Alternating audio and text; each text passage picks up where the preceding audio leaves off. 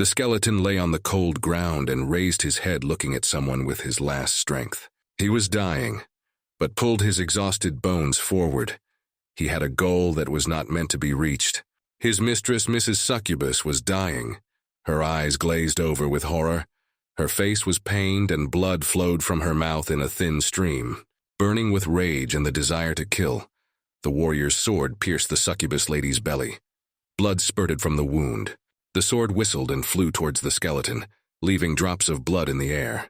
The skeleton was a soldier who should guard this dungeon, but he failed in his mission. His mistress lay on the damp ground, dying. Around her, the pool of blood grew larger and larger, and the warrior who had killed her stood over her. The skeleton continued to pull its bones towards the mistress, begging the warriors to stop this violence. But his spine was pierced by the shield of one of the soldiers. The skeleton's bones crunched as they broke apart. He seemed to scream from the terrible pain that pierced him. When the shield was pressed one last time, the skeleton's head broke away from its body and rose into the air. The skeleton's skull landed directly in front of the mistress's head. She lay in a pool of her own blood, her body immovable. Her face was splattered with drops of blood. She looked at her skeleton, and tears flowed from her eyes. He looked at her with bitterness and regret. If he were alive like she was, he'd be crying too. He couldn't protect her and was very sorry for it. In his last moments, he remembered her kindness and love for him. He was just as eager now to experience the warmth of her hands on his cold skeleton. She reached out her hand to him from her last hands, touching him one last time. The soldiers who killed them stood nearby and scoffed. Skeleton felt the injustice in this situation. Gathering its last strength, the skeleton's head flew into the air. She flew straight toward the laughing soldier, the one who just killed Mrs. Succubus. Skeleton wanted to be at least a little stronger to make things right. He fell once more and pushed himself off the ground. A huge wound had formed on the soldier's leg, from which a stream of blood was flowing. The wound was from a skeleton bite. The soldier fell to the ground and yelled about his sore leg. The skeleton's jaw, where the cloth from the boot was sticking out, was even more stained with blood, and smiled with all its teeth. Skeleton thought only that if he had one more chance, he would make things right. Cursing loudly at the poor dying skeleton, the soldier crushed the skull with his boot. Bone fragments sprinkled in all directions. Dying in the skeleton's mind were thoughts of release. But in the meantime, his new life program was being downloaded. The skeleton soldier thought about the loud sounds surrounding him. Isn't death so loud? But it was raining all around him. He opened his eyes and saw the sky. Water ran down his bones in large drops. He was lying in a coffin.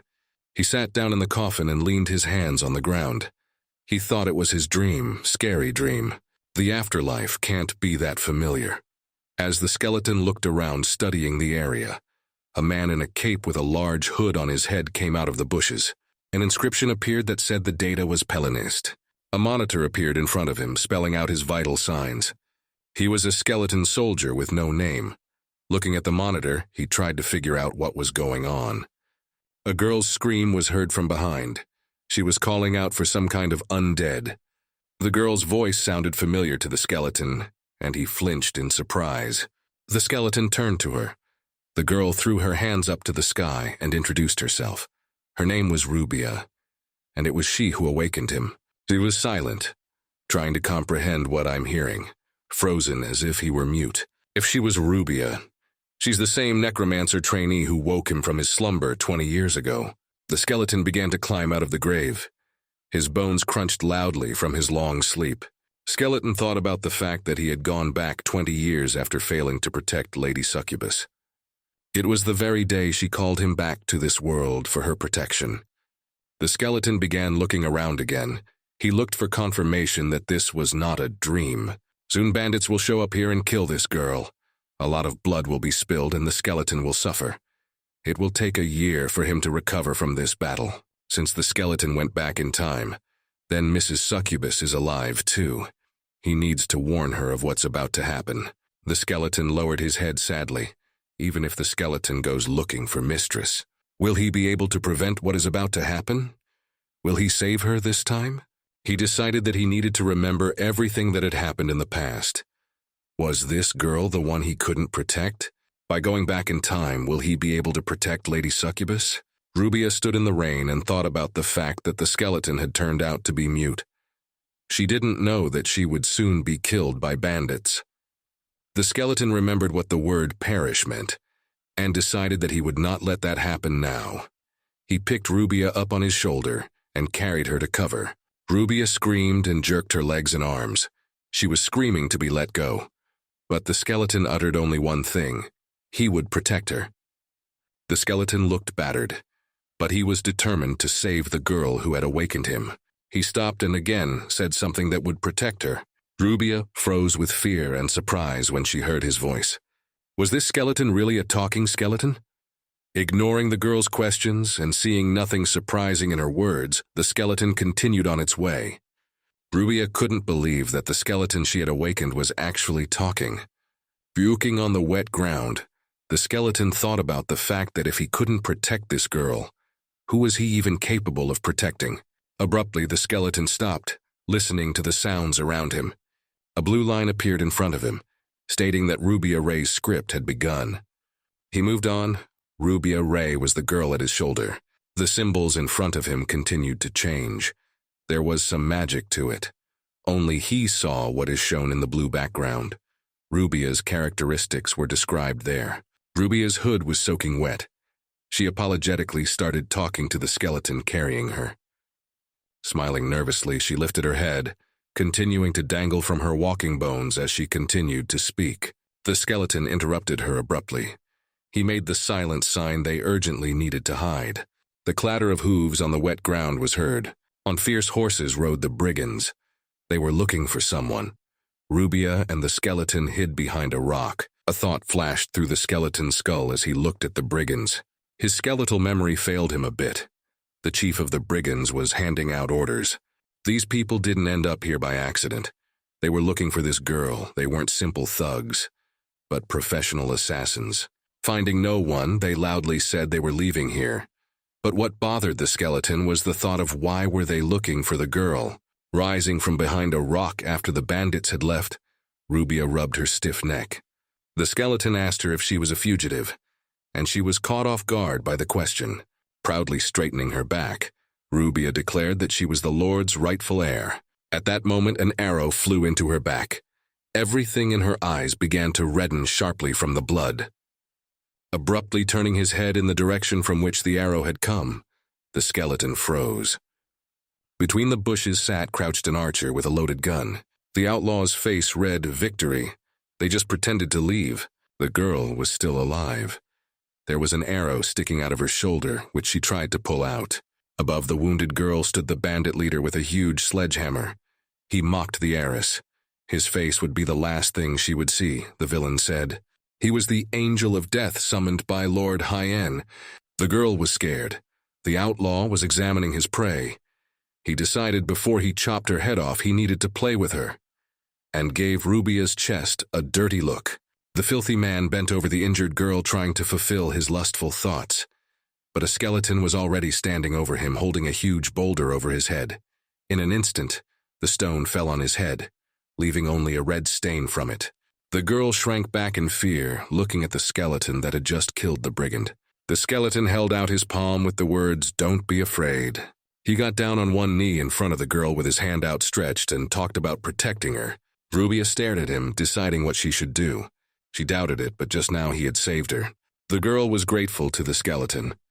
There was only trust and tenderness in her gaze. She made up her mind and held out her palm to him in return. The skeleton spoke of their need to hurry, but before he could do anything, a huge tree trunk crashed into his head. Before Rubia's eyes, the skeleton's skull turned into small shards. In the moments before his death, the skeleton called her heiress.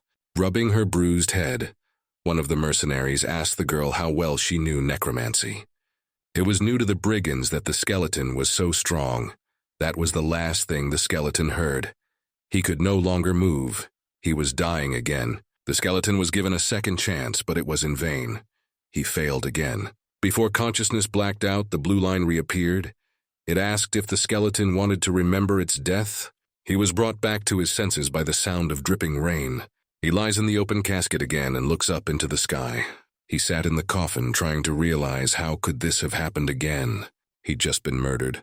And again there is the cry of Rubia calling for him. She stands in front of him again, raising her hands to the sky. She just woke him up from his nap. He looks at her with a smile, and there's only one question in his skull. What's going on? The skeleton looked at his hands and realized he was alive again. Water dripped off him and he kept looking at himself. He was back again on the same day, and all his memories were retained. Nothing has changed. Still, one thing has changed. A memorial hall of death appeared on the blue bar. The caption read, "Thanks to the previous election, he got extra points. Plus, the necromancer girl had shown a liking for him. There was a warning that blunt blows led to death. Attractiveness points, resistance to blunt weapons." What do all these inscriptions mean? The skeleton looked at the blue screen and didn't understand what the bonus points were written there. That's when he remembered the moment of the blunt blow to the head, which caused him to die a second time. He had to pick one thing, but will he be ready this time? There are only two choices. Either the necromancer girl's location points or strength to resist blunt blows. Skeletons are naturally weak to blunt weapon strikes. If he chooses damage points, he will become better at resisting. He looks at Rubia. He needs to protect her. Rubia was thinking like last time about the skeleton not being able to talk. But when the skeleton called out to her, she marveled at his ability to speak. The skeleton called her a necromancer. The skeleton pointed to a rock and told the girl to hide behind it. Rubia froze, not understanding why he was giving her orders. The skeleton stood in front of the girl, explaining why she needed to obey him. The mercenaries will be here soon. He was really asking her to believe and hide. She thought hard about the words the skeleton had said. Rubia looked at the skeleton warrior and asked how he knew they were coming. He couldn't tell her the truth, he just knows it. But Rubia isn't satisfied with the answer, just knows. There's no such thing. But he couldn't tell her that he was already dying because of these events, and she had dragged him out here again. He could of course leave her and never die again. But then how will he protect Lady Succubus from the warriors that killed her? Suddenly they heard the sounds of approaching horses with mercenaries. The necromancer girl was frightened. These must be the mercenaries the skeleton was talking about. There was a dagger hanging from Rubia's belt, and the warrior skeleton asked to be given it. He held out his hand for the dagger, promising to protect her. Rubia didn't hesitate and began to remove the dagger from her belt. She gratefully placed her dagger in the skeleton's hands. I ran to hide behind the rocks he was pointing at. The skeleton turned toward the approaching mercenaries. It's time to deal with them. The mercenaries had already stopped in the middle of the road, and the archer got off his horse. Looking around, he told the other that he was going to go look around. Seeing something at his side, the archer squinted and drew his bow from behind his back. Beneath his feet in an excavated grave lay a skeleton. Aloud, the archer spoke the same words about missing the girl. The skeleton warrior clutched his dagger tightly, waiting for the time to attack. As soon as the archer turned away in search of the fleeing girl, the skeleton jumped sharply out of the grave, bringing his dagger over the mercenary. His dagger pierced the archer's face and stained the cold steel red. The man fell to the ground and his blood spread on the ground. Standing over the slain mercenary, the skeleton was glad he could do it. All around, blue icons flashed about him, moving to a new level. Next on the skeleton list was the bastard with the big hammer. Before he could think about it, a huge hammer flew into the back of his head. The second mercenary crushed the skeleton's skull with his hammer, and the only thing the skeleton could think of was his failure. The mercenary, looking at the dead skeleton, told his partner that it was strange to see him here. There shouldn't be any dungeons nearby. After saying that, clutching his hammer tightly, he began to look around. I don't know if any more skeletons will come out. The skeleton lay on the damp ground, and a hammer hole shone on its skull. The damage from the hammer blow to the skeleton's skull, though it was mitigated. Yet the injuries he sustained were incompatible with life. The mercenary decided that one blow wasn't enough. Raising his hammer above his head, he decided to wipe the remains of the skeleton into dust. The skeleton woke up in the coffin again. This was his second death immediately upon awakening. He was deciding what he should do. After all, they're after a girl, not a skeleton. He was tired of reliving the same day. The skeleton recalled what he had learned in 20 years of living as a skeleton soldier. He led a rather miserable existence, and dying over and over again for a few experience points was not something he wanted to do. Will the skeleton be happy if he runs away from this battle?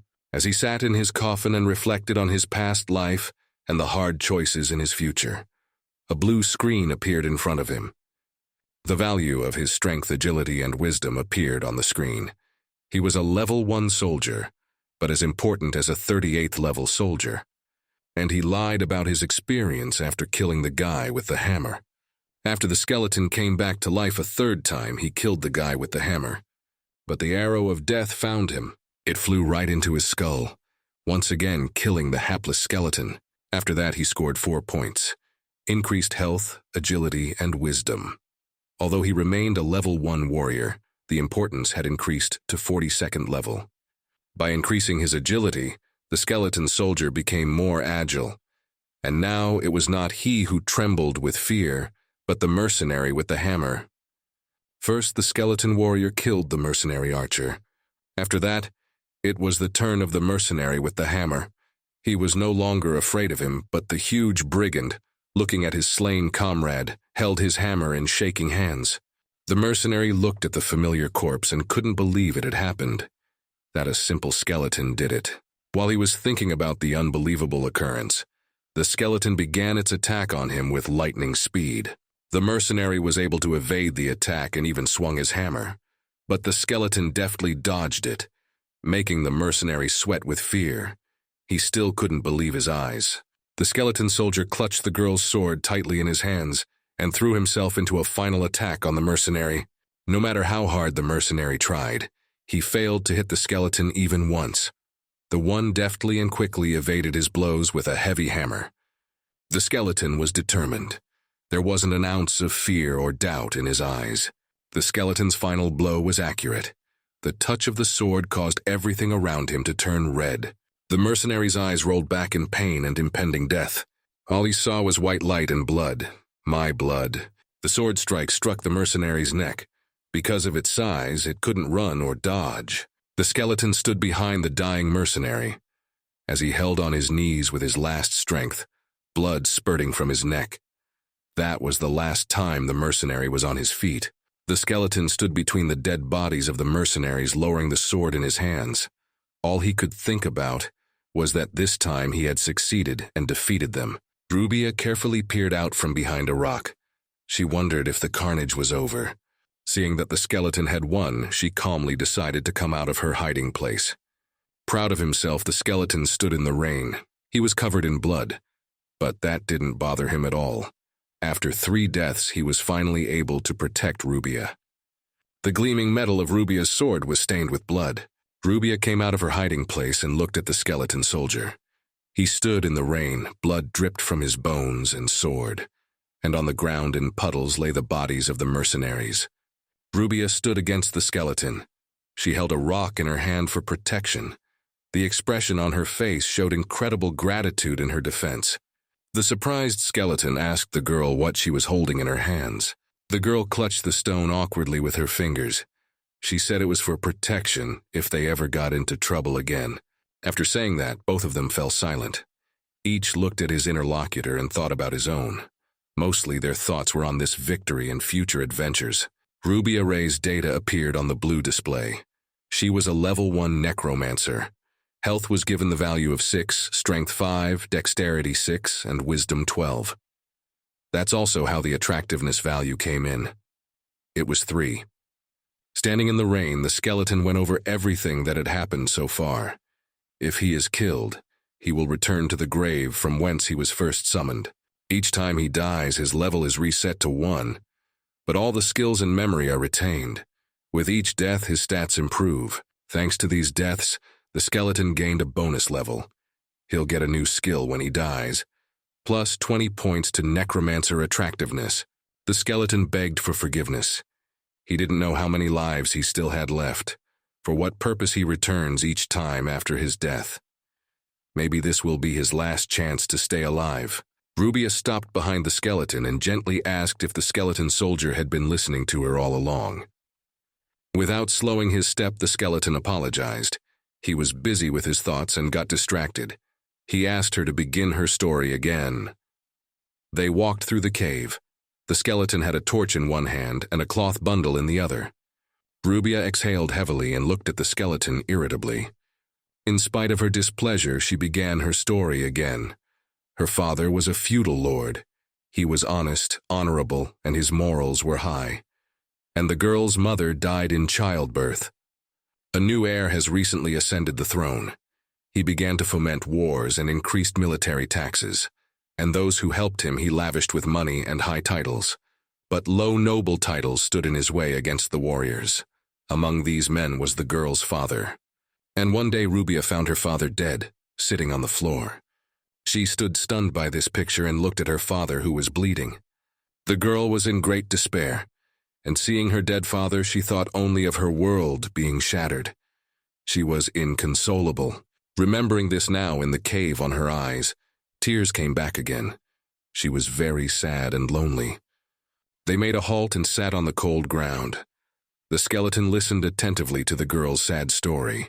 It ended with the fact that soon the king would start a war. This will be a major battle 9 years in the making. Shortly thereafter, the awakening of the 16 devils will begin. These were all the thoughts of a skeleton looking at Rubia, who was crying. After all, he is the one warrior who will be at the center of all these events. He's their harbinger. Wanting to reassure the girl, he told her not to worry. Now he would protect her. He can't prevent war, but it's in his power to protect this girl. Rubia stopped crying and looked at the skeleton in surprise. Rubia, smiling at these words, began to wipe her tears. It was unusual for her to hear such a thing from a skeleton, and the skeleton decided to get stronger. He will do anything to help this girl, and one day meet his mistress Succubus. Raising a burning torch, the travelers decided to walk to the nearest village. The skeleton walked ahead, holding a torch in its bones. Behind him, Rubia stepped cautiously. Up ahead, they saw sunlight. The tunnel was coming to an end. The travelers looked at each other joyfully. Rubia shrieked at the exit ahead. They were so excited to get outside that they ran with all their might. The skeleton and the girl quickly ran forward to meet the light at the end of the tunnel. Once outside, they found themselves on the side of a snowy mountain. Rubia ran like a little child joyfully when she saw the snow. The sun was blinding my eyes after the dark tunnel. To the skeleton, the snow was just white ice. He didn't feel such innocent joy looking at him, but then he was suddenly hit in the face with snow. The throw was so hard that his skull rocked sideways. A smiling Rubia stood in front of him. She asked him to show more emotion despite being a skeleton. But skeletons have no emotion. The smile disappeared from the girl's face after those words. They were standing in a very picturesque place amidst snow and mountains. But the fact that the skeleton wasn't feeling emotions was frustrating. It was time for them to go, and they turned toward the mountain they were to climb. The girl seemed tiny against her background. The mountain was very steep. Despite the wind and cold, Rubia was sweating as she climbed up. They were on their way to Jablum. Climbing up the slope, the girl took a moment to catch her breath. There's not much left to Jablum. Rubia decided the first thing to do was to buy armor before Mr. Skeleton. The skeleton can't keep walking around like this. He draws too much attention to himself. The skeleton looked at his protruding bones and agreed. The girl asked for a short break. She was very tired. But no sooner had she taken a step than her foot slipped into the abyss they had just climbed out of. Rubia opened her eyes wide, realizing she was falling. At this time, the skeleton swiftly rushed to save the girl. The skeleton managed to grab the girl and kept her from falling. He dangled from the very edge of the precipice and held the girl with one hand. Getting into a firmer position, the skeleton began to gently lift Rubia back to the surface, slowly, so she couldn't slip and fall into the abyss. Rubia decided to look down. When she saw the deep hole, she was afraid she might have crashed. When the climb was over, the girl knelt down and leaned her arms on the snow. She wanted to feel a solid surface beneath her and catch her breath. She was grateful to the skeleton for saving her. Rubia raised her head and said smilingly that he always saved her. The skeleton looked at her and was pleased. The skeleton reached for the bag he'd thrown off him in his haste. Throwing it on his shoulder, he turned to the girl. It was time for them to continue on their way. They were almost there. There's just a little bit of patience left. They were climbing the rocks again, climbing higher and higher, each time helping each other get out of the thinnest of gorges. They walked on sharp rocks, fighting the cold and bristling wind. There was a girl walking ahead now, and the skeleton seemed tired and lowered his head and weaved behind him. Stepping out onto the green plains, the girl pointed ahead. Most likely the town of Jablum was already ahead. The stone walls and red-tiled towers showed up ahead. They made it. They made it to the nearest town. There's not much left to overcome. The towers looked cold and completely empty. The wind howled as it blew through them. The girl stepped forward. They had already come to the very walls. She was glad they'd made it and decided it was her time to protect the skeleton. Unfortunately, a skeleton can't just walk into a castle. So Rubia decided to go in alone and return at speed. The skeleton was worried about the girl. He was afraid to let her go into the castle alone, so he made sure she was going to be okay before he left. Rubia exclaimed, "Of course, that was the easiest part. It's easier than all the times he's defended her." Running towards the castle, she waved at the skeleton and yelled for him to wait for her. The skeleton obediently remained standing still. She was supposed to be back soon. She was so happy and tiny against the vast blue sky above the castle. The skeleton, raising his head and holding his sack behind his back, looked at his companion with great admiration. That's how the skeleton waited for her, hour by hour, day by day. And it's been 3 days. He waited for her because she had promised to return. Suddenly, sounds were heard near the castle walls. The skeleton turned around to see who was coming. The headman was coming out of the gate, and the skeleton had to hide urgently. He wasn't supposed to be seen. The headman was an old man who was driving a cart and muttering to himself. He talked about how hard it was for him to drive her and why he had to do it himself. He made it sound like there was a girl in that cart, the one the skeleton was waiting for. Poor little and sad Rubia, who has already seen so much pain in her short journey. The girl has been through so much lately that she may have decided to stay in town. Thought the skeleton chasing the bad thoughts away. He's nothing but a skeleton worthy only of contempt. But as she left, she spoke to him with gratitude of her salvation. She smiled at him.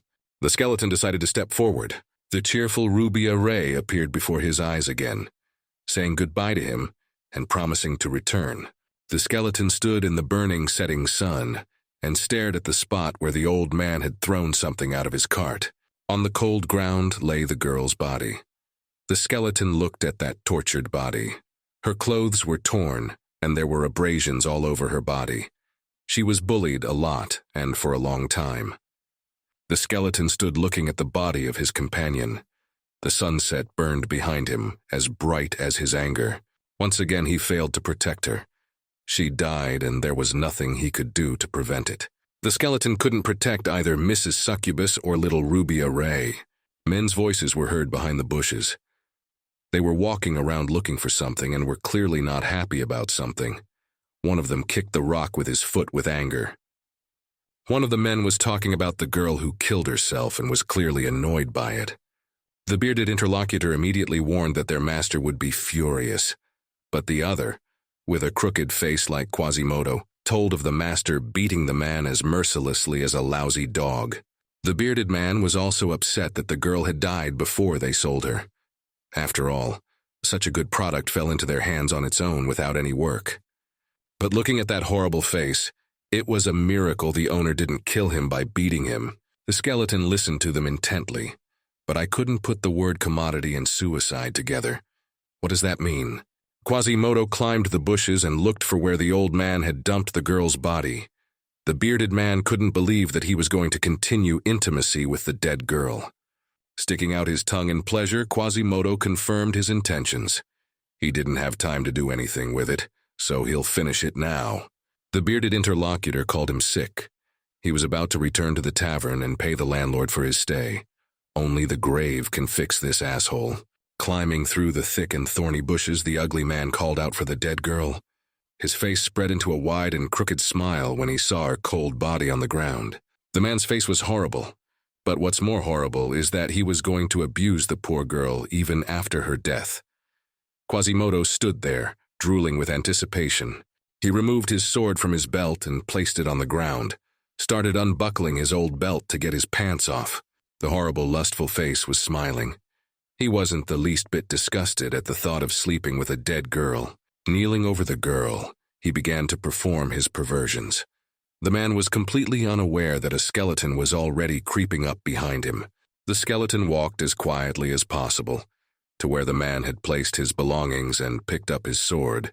With a swift movement, he stabbed the man's back all the way through, so hard that he got to his feet and arched his back, screaming in pain. He screamed so loudly that he seemed to tear his mouth open. Bloody drool poured out of his mouth. Leaning closer to the pierced man, the skeleton whispered to him to hold still. One more little move, and he's dead. The man tried to turn around and see who dared to hit him from behind, but the skeleton made sure the man couldn't see it. Holding the sword firmly in the man's back, the skeleton warned that he would be asking questions. And it's better for a man to answer honestly. The man's battered face twisted further from the pain in his back. He barely got the curse words out of his mouth. Since the man didn't realize he'd better keep his head down and answer the questions, the skeleton made another sword motion. This time, the man threw his hands up in the air and promised to answer anything that was required of him, just to spare myself the excruciating pain. The first thing the skeleton asked was why this girl was dumped here. The man's gaze was once again fixed on the breathless body. The man, still trying to turn on his tormentor, spoke of the owner, the innkeeper, who had brought the girl to them, and yelled about how he didn't know anything else. The second question was about who was bullying this poor girl. Her face was tormented. More and more blood poured out of the man's mouth each time. It was the captain of the guard who ordered them to abuse her. It wasn't their fault. They were only following orders. The skeleton huddled closer to the man and spoke even more quietly. Was what he wanted to do now also an order from the captain? The man sweated with fear and pain. He began to stutter. The skeleton recognized and understood everything he wanted, and the sword blade passed further through the man's body. Pulling the sword from the man's mangled body, the skeleton took a step back. The man collapsed with a heavy sack on the ground and began to bleed. The man realized that he could now see his tormentor, and turned his head towards the skeleton. He saw someone in front of him he didn't expect at all. A living skeleton stood before him. The skeleton stood over the two breathless bodies. One of them was his companion, who had brought him here. The second, tough man who was prevented by a skeleton from bullying a girl after her demise. He looked at the girl with great regret. He couldn't save her, but prevented the horrible after-death agony. He decided to move closer to her and pay tribute to the one who brought him back to life. The sunset sky was burning with fire. It was as if she could feel the feelings igniting inside the skeleton. The warrior skeleton knelt before the dead girl. Her eyes were open. The words she was alive and admiring the beautiful sky. The skeleton covered her eyes gently with his fingers. It was time for her to rest. She's accomplished her mission. The warrior skeleton rose to his feet, holding the sword firmly in his hands. He looked toward Castle Jablum and remembered that the dead man had mentioned the innkeeper. A full moon has risen over the city. Under the cover of night, a man covered in a long robe moved slowly and silently. The door of the inn opened and a disgruntled host appeared. He was angry at being woken up in the middle of the night. But no sooner had the innkeeper spoken than a foot struck him sharply in the stomach. From the impact, the man flew to the other end of the room and fell to the wooden floor with a thud. The face of the guest standing in the doorway could not be seen because of the hood. The innkeeper's face wrinkled in pain. He pressed his palm against the bruised spot and tried to see who had hit him. A man in a long robe strode into the back of the inn. The man struggled in pain to get up. The innkeeper knelt down and bowed his head to the man who entered. He didn't understand what he wanted from him, because he had already told him everything he knew. The hooded man clarified what the man said and what he didn't know. Instead of a face, there was darkness under the hood. The innkeeper, kneeling on his knees, clutched his bowed head with his hands. He trembled in fear of the man standing there. He only knew of the two mercenaries who had traveled after Lord Erastus's daughter. He squeezed his head harder. How could someone like him know more? But the standing man kept interjecting back and forth about the words the man had said. The innkeeper realized that the man in the robe did not come from an organization, and daringly raised his head. But the skeleton didn't like that, and pinned the man's head back to the floor with his foot. He thrust his sword in front of the innkeeper's face, so hard that the man began to shake again out of fear. A skeleton skull showed from under the hood. In this room, he is plagued with questions. The skeleton in the robe looked like death. He held a sword stuck in the floor and asked where the guards had taken the girl who had come to the inn 3 days ago. The innkeeper began to steer the conversation away from her and clarified with the skeleton whether he was her companion. The skeleton menacingly confirmed his question, but what he was interested in was why the girl had died. Swearing, the innkeeper abruptly got on all fours and tried to run away. A sharp swing of his blade hand stopped him. The sword stabbed into the man's right leg, pinning him to the floor and denying him the ability to move. The sword in the skeleton's hands was once again stained with blood. Drool poured from the man's mouth. The innkeeper shouted as loudly as he could. He was lying on the floor in a baby's pose, cradling his bloody leg. This time the sword slid in next to the man's face. He cried in pain and hopelessness. The skeleton leaned over the man and asked again why his companion had died. Through tears, the man begged not to be killed. He promised to tell me everything. The skeleton was brutal. He gave him time to tell him everything before he killed him. The girl had only come to the inn for a set of armor. The man wept and spoke of how he did not know that by handing the girl over to the guards he was condemning her to death. The innkeeper spoke through gritted teeth about the captain of the guard selling the girls into slavery to the Necron Society. The skeleton had heard the name for the first time and questioned what kind of Necron Society the man had mentioned. At that moment, a snake pattern began to emerge from his veins on the man's neck. That snake moved as if alive and tore the skin on the man's neck. Bursting through the fabric of flesh, it rose upward. The innkeeper looked at the monster that came out of him and begged for mercy. He didn't say anything. The snake coiled around his neck and began to strangle the man. He begged for forgiveness to the last. The skeleton looked at what was happening and didn't help. He realized that some sort of spell had been cast on the man. After the death of the innkeeper, the snake returned to its place, back into the man's neck. This was clearly done by the Necron community that the deceased mentioned. The skeleton remembered the mercenaries that hunted Rubia. What was going on between the guardians of Jablum and the Necron community remained a mystery. It will take strength to solve this mystery, but the skeleton was still weak. Looking around the room, the skeleton in the far corner saw a set of armor worn on a mannequin. They glittered as if made of gold. As he came closer, he examined them and touched them as gently as if they were the world's greatest treasure. Looking at the armor, he remembered Rubia, who had headed here to buy it for him. So the skeleton didn't hesitate to take them for himself. He needs to get stronger so no one can stop him. He'll need them for that. Putting on a set of armor, he looked like a real, live soldier. With his head proudly raised, he walked past the owner of that armor lying on the floor. Skeleton didn't want to lose anyone else. Standing in front of the open door, he paused for a moment. It's time for him to hit the road. He's ready. The skeleton stared silently in front of him. The sword was ready to chop everything in its path. That's what happened. The skeleton in armor chopped the skeleton in front of him into small bone pieces. They were flying through the air. But the skeleton warrior was serious and unwavering. Finished with the skeleton's body, he stood looking at the dead skull beneath his feet. He was a warrior. But how tired he was. He didn't like killing his fellow man at all. But it's only going to happen. And now time is going back to the beginning of this event. The warrior skeleton walked through the dungeon and looked around. This cave was called the Ghost Crypt. Loud footsteps in armor rumbled through the dungeon. The dungeon was small and suited him just fine. The skeleton stopped. Another skeleton walked ahead. His appearance surprised the skeleton warrior. He came out of nowhere. The warrior skeleton was upset that the dungeon wasn't empty. But what his fellow man looked like put him in more shock. In front of him was an armed skeleton. In his hands he held a sword and shield. He was ready not for defense but for offense.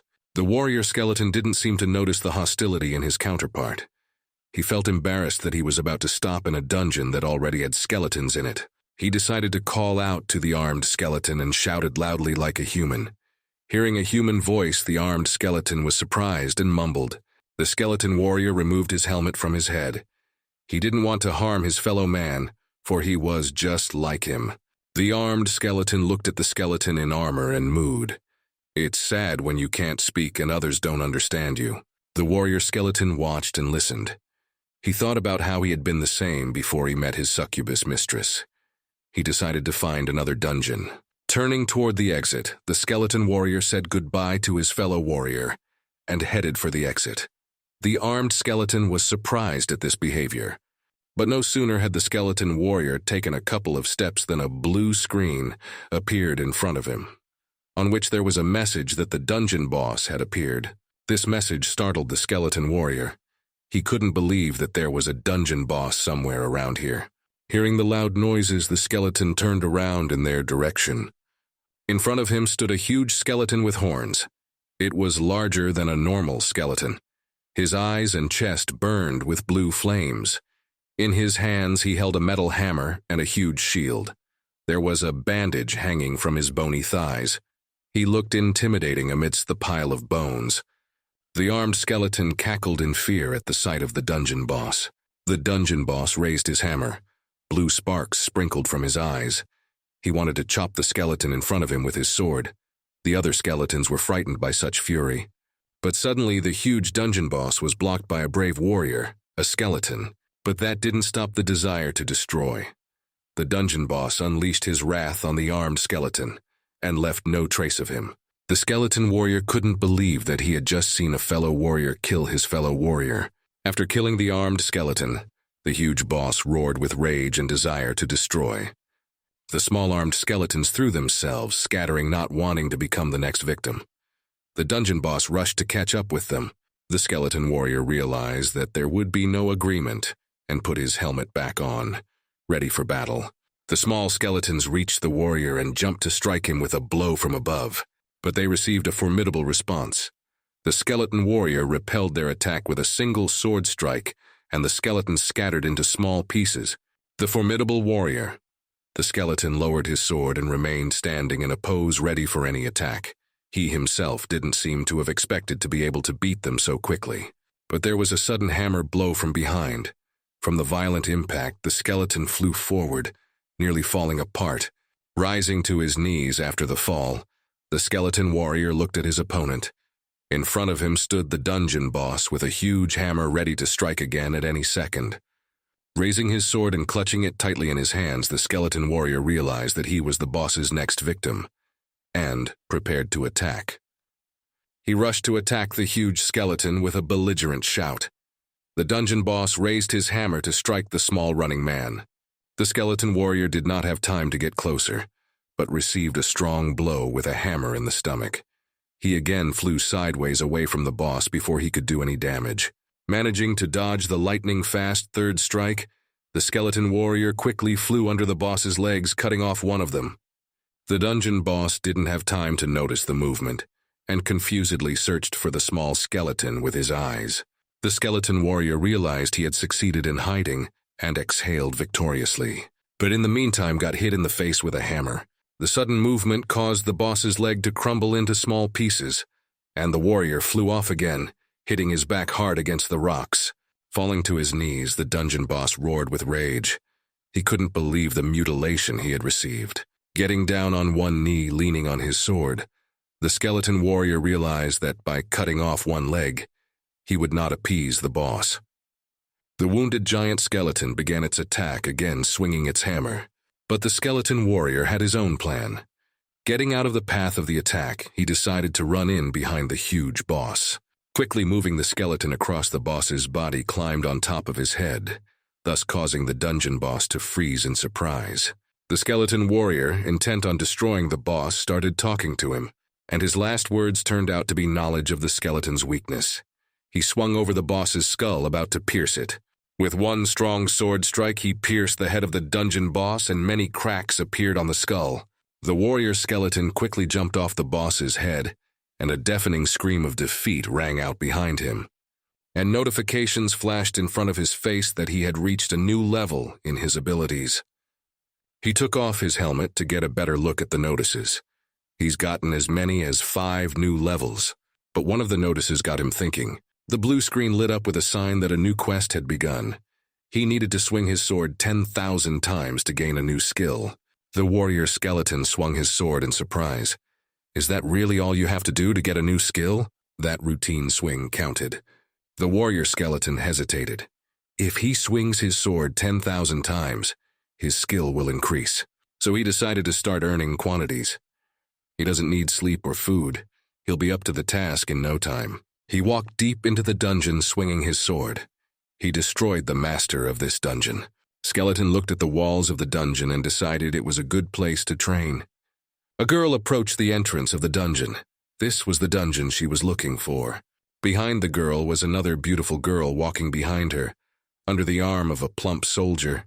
She clung to him and wondered if she would be okay in this creepy dungeon. The soldier assured her that he could protect them.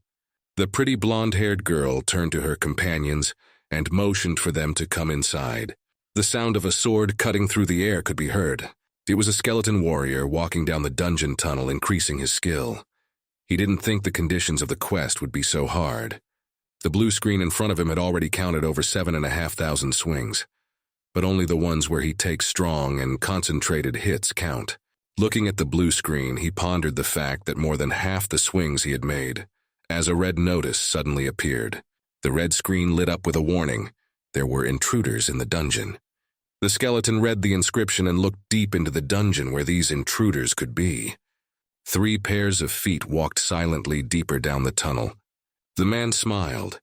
He talked about how lucky the girls were to have him. This dungeon is full of skeletons, but they have nothing to fear with him. The girl who had been walking under his arm earlier stopped. She was afraid she'd hurt herself being here. The man placed his bundle on the ground. All the girls had to do was follow him and look carefully around. Even if something happens, he has everything prepared. He showed the bag of red potions to the girls. They were healing potions, and he was happy to share them. The brunette sighed in surprise. Her eyes lit up at the sight of the vast array of expensive potions. She sighed so deeply that her already not small breasts increased in size, forcing her attention. The soldier covered his eye in pleasure looking at his companion's breasts. Of course, it all depended on how the girls would treat him. The blonde-haired girl crinkled her face. His hints were very direct. It was immediately clear what he wanted. The brunette made a silly face and giggled. But the blonde had a cunning plan in her head. This man was loaded with money, carrying a fortune in potions. Clutching her dagger tightly behind her back, the blonde decided to kill the man when he faced the undead. The second girl also wanted to get close to the man because of his money. The last of her thoughts made the blonde smile widely. When her companions die, all their wealth will be hers. The blonde's name was Lena. She too made a silly face and decided to play Miss Innocence. Lena was in charge of intelligence in the army, and the brunette decided to overplay her by sending her ahead. Lena laughed. She decided to kill the bitch for giving up her position. Sparks flew between the girls. They were ready to tear each other apart for the huge bag of money that tried to appease them. In the depths of the dungeon, a skeleton warrior was preparing for the upcoming battle. He didn't know what opponents lay ahead of him, and prepared for everything. Looking at the girls, the soldier drooled. He already imagined how he would flaunt himself in front of them and get 2 at once. But no skeletons have come their way yet. The girls noticed this and decided to rebuke the soldier, for he had promised them undead. The brunette glanced to the side thoughtfully. They've been walking around here for a while, but haven't seen anyone. The soldier sweated from the awkwardness of the situation, hurriedly assuring the girls that as soon as they walked deeper into the cave, the skeletons would appear. And he himself was afraid that there had been a cleanup recently, and there was no one left here.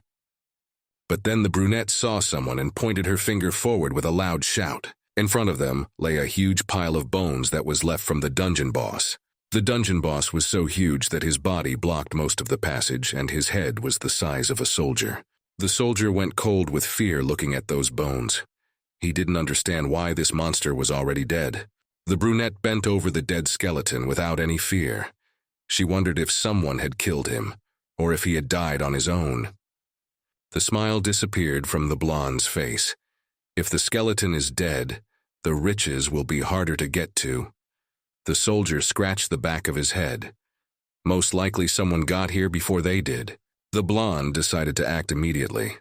While the soldier is confused, she will attack him from behind. A warrior, A skeleton in his gear stealthily approached the young men. Everyone turned their attention to him abruptly. Taking the hammer in his hands, the soldier made a menacing appearance and asked who had come to them. The warrior, a skeleton in armor and helmet, looked like an intimidating man. Nothing about him gave away the undead. The soldier struck a pose for defense. He was scared. After all, the warrior standing in front of him could kill the dungeon master. Lena wasn't stupid and immediately thought it might be a skeleton. The brunette, on the other hand, was very frightened and called the warrior a monster. Those words really rattled me with fear. Wanting to calm both himself and the girls, he began to drive the bad thoughts away from him. Which skeleton will wear the armor? The warrior skeleton interrupted their discussions. He occupied this dungeon and told the named guests to get out of here. The soldier was completely speechless. This soldier looked much stronger than him, and he didn't feel like fighting him at all. He turned back to his companions and decided to gently smooth things over by saying that it was time to leave, since the place was already occupied. The skeleton watched them silently, but Lena wasn't willing to give up so quickly. She started yelling at the warrior. This dungeon was reserved for them.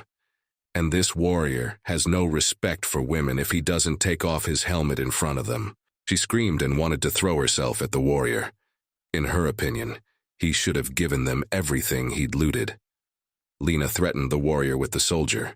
Her companions tried with all their might to calm and detain her. The girl turned her attention sharply to the soldier. She made the most innocent and pleading face before him, asking him to destroy the warrior. The soldier did not expect to hear such words and froze in surprise. These words and the sight of the innocent girl caused the soldier to act, and he began to threaten the warrior. Knights cannot be so disrespectful to those who speak to them. The skeleton warrior did not argue with them, and agreed to fulfill their request. Lena stood behind the soldier's back. She decided to enrich herself twice as much at the expense of the warrior they met. The skeleton, meanwhile, was removing his helmet. The expression on the soldiers' and the brunette's faces changed abruptly, and they shrieked in surprise.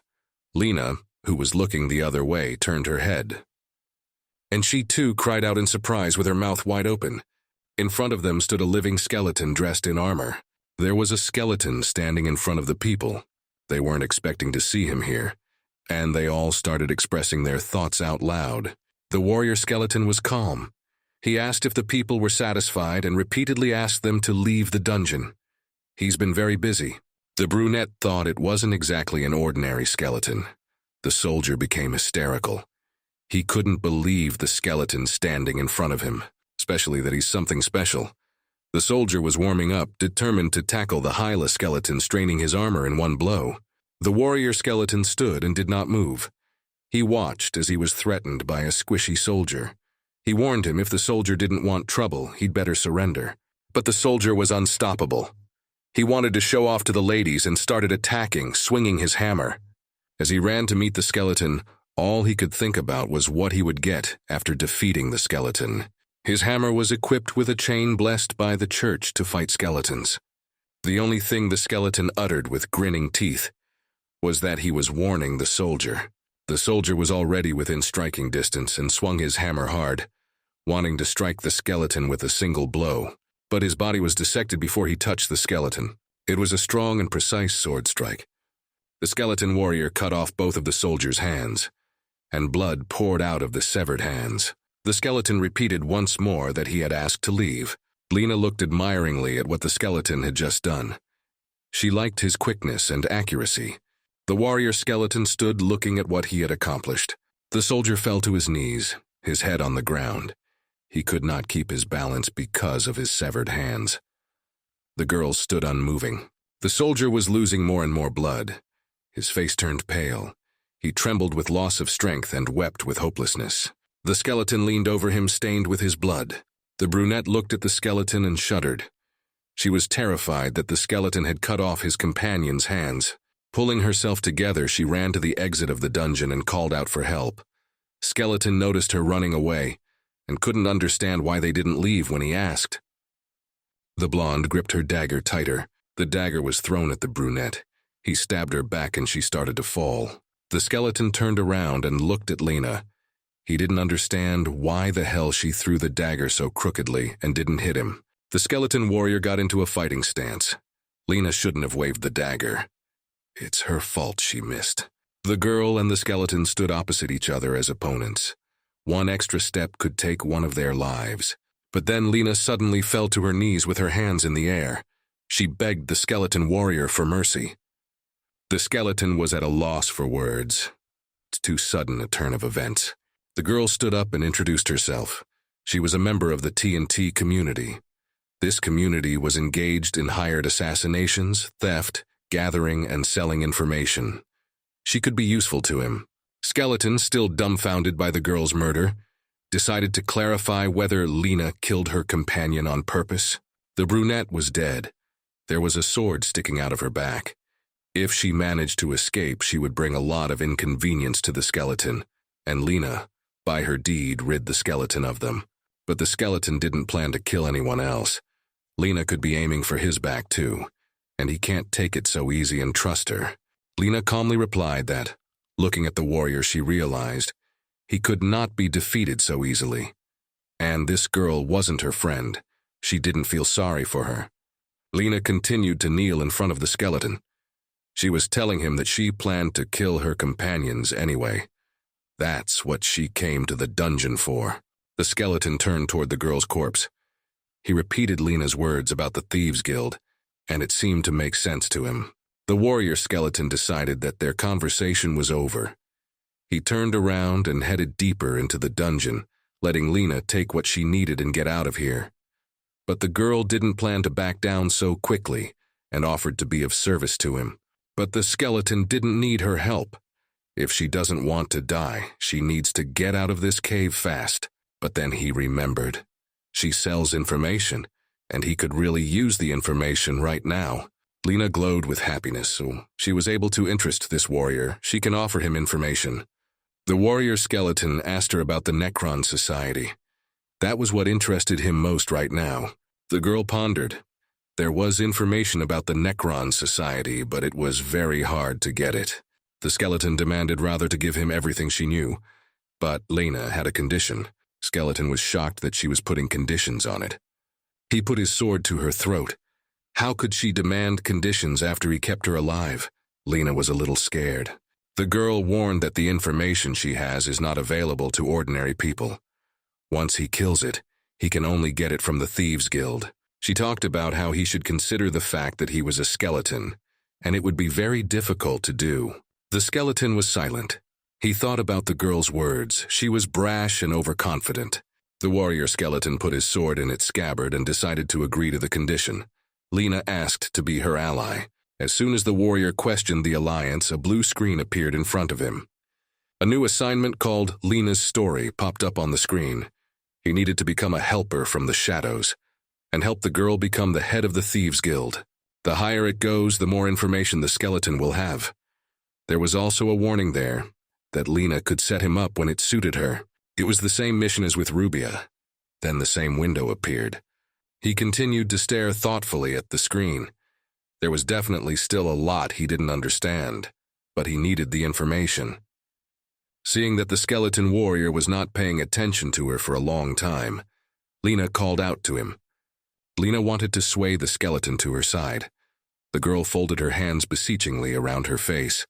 She could help him not only with information, but also with training. But before Lena could speak, the skeleton grabbed her by the throat. The warrior skeleton lifted the girl off the ground. He talked about how she didn't hesitate to kill someone like herself. Lena tried to hold on so she wouldn't suffocate from the skeleton's strong grip. Skeleton doesn't want to be betrayed. How can he trust her and become her ally? The girl smiled with the last of her strength. She asked about how he could compare her to people. She's more like him, of a lone skeleton than people. The skeleton forcefully threw her to the ground. Dust rose from the fall. Lena began to cough from the sudden intake of oxygen into her throat. And the skeleton stood there, asking what she wanted to say with those words. People didn't think of Lena as their own person. They were always only interested in her looks and body. You can't call such people comrades. Skeleton is only seen as a monster. He must be familiar with her feelings. The skeleton looked down, so these two lonely souls are in the same boat. Lena recovered a little from the suffocation and began to talk about the Necron Society. It was an underground organization that engaged in slave trade, contract killings, drug production, and sales. Everything they're paid for. This organization is supported by high-ranking officials and lords of the Empire. Despite all this, no one knows the location of the headquarters or who is the head of this organization. That's all the information Lena had. Only the higher ranks of the Thieves Guild know more. So Lena had an alliance proposal. A warrior, a skeleton will hunt humans as well as they hunt those considered monsters. The girl will bring her victims to this dungeon. The skeleton will raise her experience. In the meantime, she will be raising her rank in the guild. That way, she can give him the information he needs. The skeleton looked at the girl. It has to be a mutually beneficial deal. The warrior skeleton thought about everything Lena had said. Her words sounded beautiful. He didn't care. He was fine with it. But he still had a question. Was it really so easy for her to take a man's life? The girl hid her eyes behind her hair and said no. Lena looked up. There was a wide smile on his face. She hates people. The skeleton, after thinking over everything that was said, agreed to the condition and became her ally. A red notice appeared. 3 intruders were discovered in the dungeon. The skeleton, in full combat readiness, struck the first one with a single blow, and he flew off into the depths of the dungeon. The skeleton's armor and sword were stained in blood, but that didn't stop him at all. He was ready to fight to the last man. One of the intruders had loaded his bow and was aiming directly at the skeleton, but he was immediately met with instant punishment. He didn't sing a shot. A dagger flew into his back that Lena had thrown, protecting her skeleton partner. She was calm and very markable. She was proud to be able to help someone she had chosen as an ally. Suddenly, a third intruder crept up from behind and with a sharp push in the back knocked the girl to the ground. The man stepped a muddy boot on the girl's throat. She had lured them into a trap, and he was going to put a sword through her head. He raised his sword above his head, threatening to kill her. He was angry that he'd fallen for her bait, but no sooner had he finished speaking and lowered his sword than he died. The girl only had time to see the man lying there with a sharp blade sticking out of him. It's the warrior. The skeleton protected her. He managed to kill the intruder before he could maim his companion. Lena sat on the ground and looked at her savior with great gratitude. The notification reappeared on the blue screen. The skeleton's fusion with the dungeon was increased and reached almost 20%. Swordsmanship has been upgraded to level 4. The skeleton took off his helmet to read. He's been doing the same thing for months now, and his levels have started to build up more slowly. He decided to leave the place. From behind him, Lena called out to him. She was joyful and wanted to share something with him. In front of him lay the loot from the past week. Potions, gold, sword, and books. It was more than usual. The girl was proud of herself. It was all thanks to her ability to deceive people. The skeleton looked at her and thought about how happy she was about people dying. Seeing the skeleton's gaze on her, Lena's face became disgruntled. She asked him not to mention that she was killing her own kind. She decided to turn away from the insistent stare and began to explain herself. All the people she killed were scumbags, and she got pennies for their heads. Lena was angry at all these people. They bought guards, robbed, raped, and murdered. They deserve it.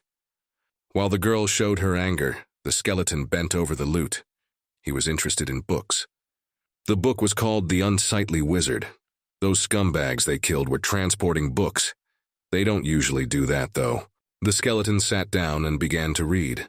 The book talked about magicians and what bad creatures they are.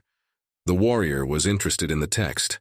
Upon reaching the end, the skeleton realized that the author of the book held a huge grudge against the mages. The author of this book was Kevin Ashton.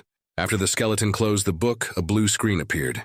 It had a notice on it that his wisdom had increased by 1 level. The skeleton immediately rushed to the rest of the books, thus causing Lena to worry. She was surprised at this eagerness to read books.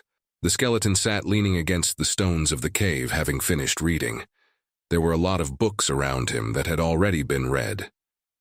He read a lot of books, but only 2 of them raised his level of wisdom. They were both written by Kevin Ashton, and both increased his knowledge. Lena quietly watched the skeleton with curiosity, while the skeleton was thinking about how difficult it was to increase the wisdom level. Lena approached him already, from the other side. She crouched down next to the skeleton so close that she was fully touching it. If the skeleton had skin, she would sweat from the awkwardness of the situation. The skeleton turned his head away slightly. Lena was too close to him, but that didn't embarrass the girl in the least. She loved being so close to him. The girl suggested going to the village. If he liked reading so much, she could get him more books. The skeleton looked at her.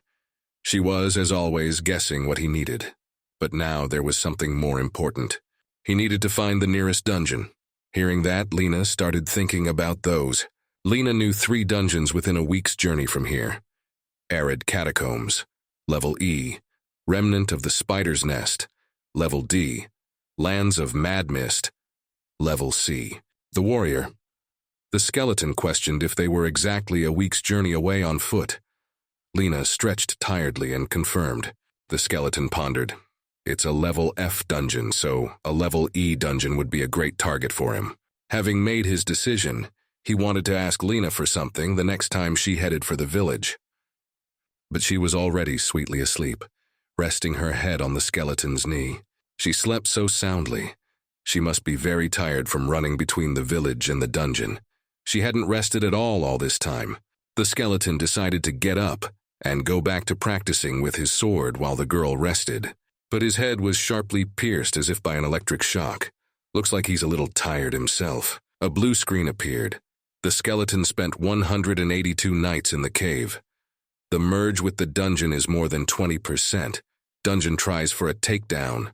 The letters began to swim before the warrior's eyes. The skeleton blinked, trying to see if he had fallen asleep. But he can't sleep. Each time he opened his eyes, he saw Lady Succubus in front of him more and more clearly. She asked if he'd had a good dream. The skeleton finally opened his eyes. He was in the dungeon and lay in the lap of Lady Succubus. She hugged him gently. The skeleton jumped up sharply. He couldn't believe that this was really his beloved Lady Succubus. The girl didn't see anything unusual about it. The skeleton warrior's knees trembled. Mrs. Succubus was alive. How is that possible? The succubus grinned. I guess she shouldn't have woken him up. He was too scared. The skeleton was so happy to see his mistress that he acted like a little child. That's when he noticed he was standing naked.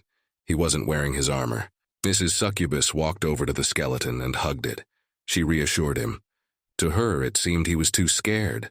She thought the skeleton was having a good dream, but apparently the dream was a nightmare. Those words made the skeleton a little wary. Mrs. Succubus asked softly and quietly what story the warrior skeleton wanted to hear today. The girl took his bones in her hand. It was a great relief to feel her warmth on my limbs, and led him deep into the dungeon. The skeleton was glad to be living here again with his beloved mistress, and followed her obediently. The skeleton's feet were shod in boots and walked very slowly. He was fully uniformed and walking alone into the darkness. Lena slowly awoke from a sound sleep. She crouched down on the cold ground, rubbing her eyes and calling out to the skeleton warrior. But in the vast dark cavern, she was alone. There was no skeleton within sight. She began to look around, looking for him with her eyes. She couldn't figure out where he'd gone. Meanwhile, the warm hand of Lady Succubus was resting on the skeleton's head. His head rested on her soft lap. Mrs. Succubus was stroking the skull with one hand and holding a book in her other hand. She read it to her devoted friend. Her fingers covered his eye. He hardly listened to the mistress's words. He tried to believe that everything that had happened before was just a dream. He looked at his bony fingers and thought about how real it was. The skeleton turned its head and looked at the mistress. As long as she's around, none of this matters. Mrs. Succubus looked questioningly at the skeleton. She was alive and unharmed. She slammed the book shut. Apparently this story was too boring and uninteresting. Skeleton didn't mean to offend her. He assured her that he enjoyed the story, as long as she doesn't leave. Then Mrs. Succubus suggested that we continue talking about the skeleton's dream.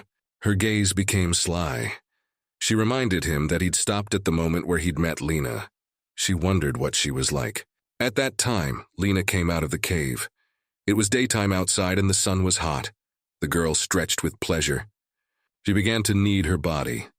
It was stiff from sleeping for so long in an uncomfortable position, and on the hard ground. Finishing her warm-up, she began to look around for the skeleton. He wasn't here, so she decided to check further. But then she heard strange noises that made her look around and listen. Somewhere not far away were soldiers. There were many of them, and they were going to make a sweep of the dungeon. Their commander gave instructions and talked about the mission. The dungeon was called the Ghost Crypt. It was used as a military training ground for soldiers. But a lot of people have been going missing lately, and supposedly they were seen here. This dungeon needs to be cleared, especially since it was in the Blue Lion's domain. Lena was terrified. This case smells like a sting. Skeleton sitting next to Mrs. Succubus told her what he saw Lena as for him. Mistress found out everything she wanted to know. She seemed very cheerful to her. She offered them an alliance in such a difficult situation. But this cheerfulness only annoyed the skeleton. He thought, but he was also sad at the same time. Mrs. Succubus asked a question. Is the skeleton going to leave her for dead too? Just like her? The skeleton trembled. What did she mean by that? A red warning appeared.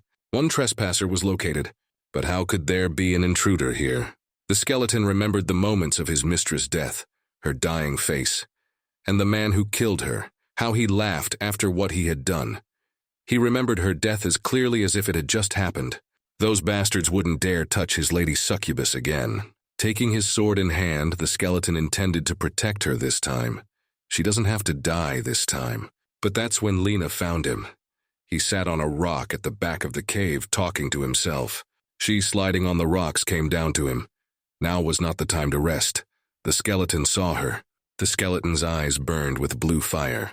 Like the previous dungeon boss, the girl couldn't see his eyes. Lena didn't notice the change in him and kept calling out. The skeleton stood up. His actions were slowed down. Rising up, the skeleton spoke of having to protect her. Those words alerted Lena. Lena took a step back in fright. She saw the skeleton's strange behavior and became frightened. Thoth gripped his sword tightly, like he was about to strike now, and he did. His opponent turned out to be a girl with whom the skeleton had recently formed an alliance. He stood across from her and threatened her with his sword. She tried to calm him down, completely unarmed. She didn't understand why he was attacking her. She wondered aloud what she could have insulted him with. But she thought about the fact that the warrior skeleton had become something. Obsessed. An arrow flew at them with a whistling sound. She fell right at the feet of the stunned girl. Just a little more and it would have hit her. There were soldiers standing on the rocks above. They were talking and getting ready for another shot. But the skeleton didn't notice them. It was a reconnaissance team that had already reported that they had found a witch and a monster. But the warrior skeleton was now out of sorts. He didn't care about the soldiers he didn't see, and Lena had to come up with a plan right away. A bunch of sharp arrows flew at the girl, which she swatted away with her bare hands. Covering her face, she called out to the skeleton warrior, trying to bring him to his senses with her scream. But he didn't hear her. His eyes burned blue fire ever brighter, and he did not regain consciousness. Behind him stood Mistress Succubus. She asked about his next actions. The skeleton was preparing for an invasion by a group of soldiers. The skeleton standing before the mistress will not allow them to bring harm to his beloved Lady Succubus again. But then Rubia showed up. This innocent creature asked why the skeleton left her for dead. The skeleton fell to the ground from such an unexpected appearance. The living Rubia stood before him. She talked about how the skeleton promised to protect her. She looked sternly at the skeleton who had failed to fulfill her promise. Lady Succubus placed a hand on her loyal warrior's shoulder. Didn't he know why he couldn't protect them? The woman leaned closer to his skull and whispered, "This all happened because he's weak." The warrior skeleton sat on the ground between two women who had died. Between those he failed to protect. They were both angry and yelling at him. They cried out that they had trusted some weak skeleton for nothing. Their deaths were his fault. He promised to protect them, but he didn't keep his promise. The skeleton was falling into a maelstrom of horrible thoughts. He was accepting his weakness and infirmity. In the forest, one of the soldiers came running to his master, who was sitting on a horse. He informed him that the scouts had located their targets. On his horse sat a handsome and young knight. He was pleased to hear that the targets had been found. The skeleton was in the middle of a huge amount of water. He was drowning in the ocean. Making no attempt to swim, he stretched his arms helplessly toward the light. He wanted to get stronger. While the skeleton was unconscious in the dungeon, the soldiers were preparing for another attack. The archers awaited the command.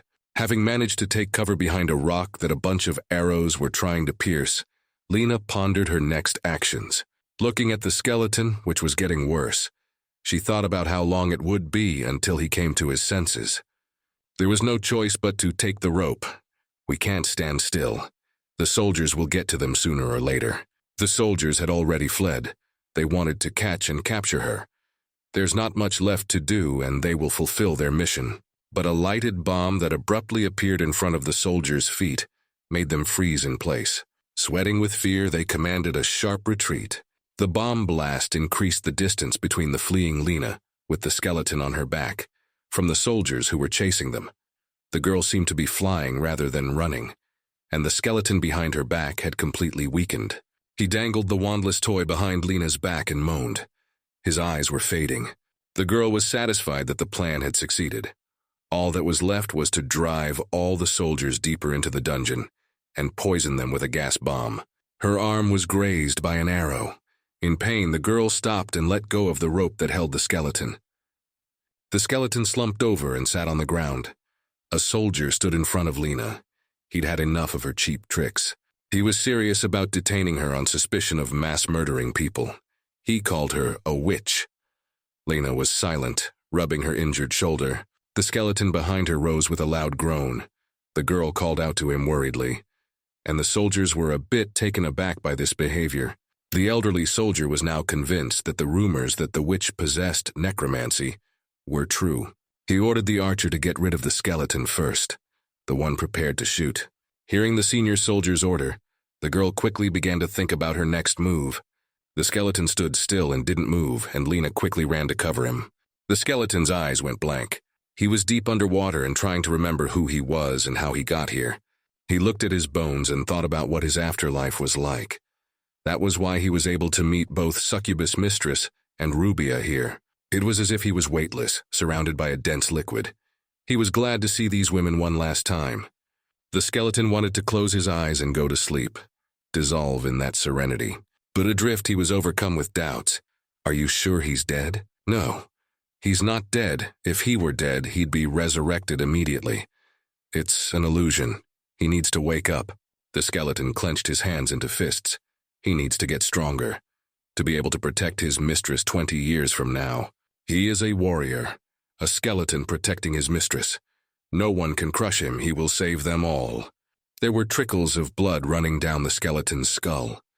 He opened his eyes and saw Lena. The girl stood over him covered in blood. She looked at him fondly. Smiling with the last of her strength, Lena asked if he'd gotten a good night's sleep. More blood flowed from her mouth. She knelt in front of him and protected him as much as she could. There were arrows sticking out of her back that had caused her serious wounds. The warrior skeleton took her in his arms. He was angry that he had slept for so long, and Lena is now bleeding on his bones. The girl was glad her skeleton friend was awake. She asked me to thank her after they got out of here. A senior soldier yelled at his subordinates. They shot the girl they were supposed to take alive. The order was to kill the skeleton. Something made the older soldier look forward. The warrior skeleton rose from the ground and held the dying girl in his arms. The soldier decided to ask one last time if this witch would go with them. But Lena only smiled slyly. Can't this old man feel anything? The elderly soldier felt and sweated with fear. A long wick was burning under the man's feet. He looked at him, then back at his enemies. It smelled like a sting. All the soldiers began to follow the movement of the burning wick, and they saw behind rocks in a small ravine a huge ammunition depot about to explode. It was Lena's parting gift. She was pleased with herself. The warehouse exploded with blue-purple fire, and all the soldiers scattered in different directions. They wanted to save themselves. It was poison gas.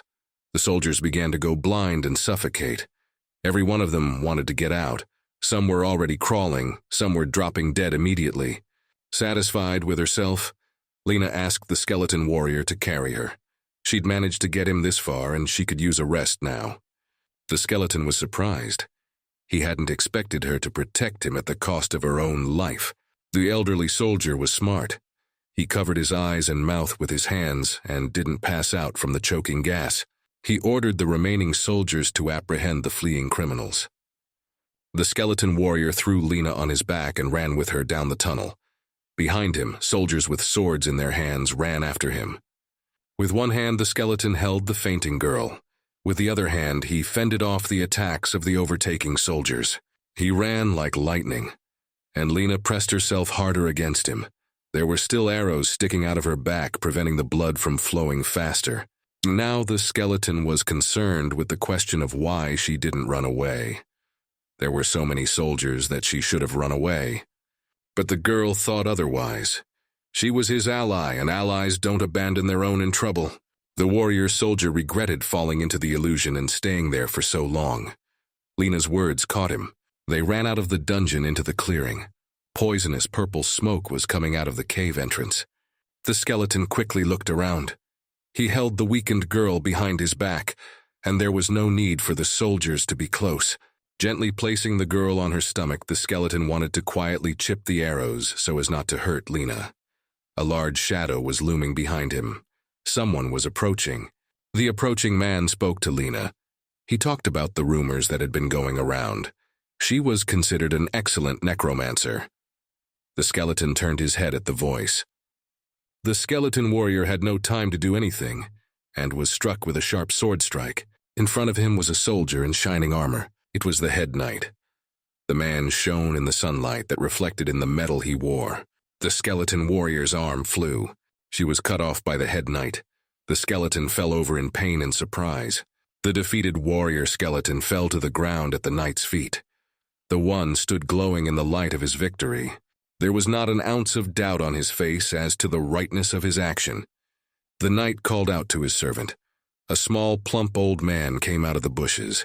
He was clearly not dressed for battle, and at the mention of his name he was pounding with fear. The knight stood looking at the skeleton and the girl he had defeated and asked his servant who they were. The formidable man stepped a metal boot on the dying girl's shoulder. Her face creased in pain. The knight considered them lowlifes and was angry about wasting his precious time on them. The warrior skeleton watched his companion being humiliated. The knight stood on the girl's arm and did not think of removing his foot. The servant folded his hands in supplication. He believed that the dying girl was a skilled necromancer, but his words did not convince the knight, and he thrust himself with all his anger at the frightened old man. His majesty was as beautiful as it was frightening.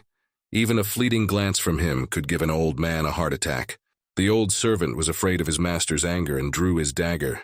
Taking it out of its sheath, he spoke of paying for his transgressions with his life. The man put the dagger to his throat, ready to pierce himself, but he heard him being stopped. The knight folded his arms across his chest and closed his eyes. He was displeased with this behavior of the servant. He didn't order him to end his life. The old man dropped his dagger and fell to his knees in front of the Lord. The nobles don't care at all if an informant is killed for an erroneous report. An elderly servant kneeling on his knees tried to catch his breath. He survived. His master, on the other hand, turned around and decided to leave on his many errands.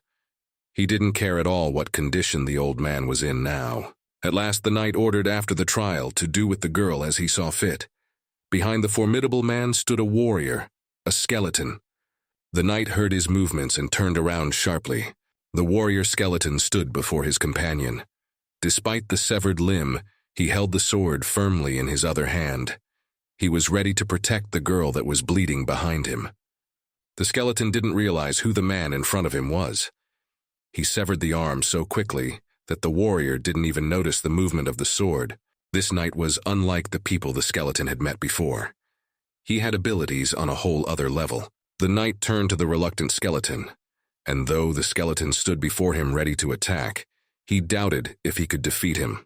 Behind the skeleton lay a girl. She began to cough in pain from her bleeding wounds. Hearing the sounds of suffering, the skeleton stopped and wondered if he was doing the right thing. But none of that mattered anymore. He gripped his sword tighter in his hand. The skeleton warrior didn't care who his opponent was, and he threw himself into the attack.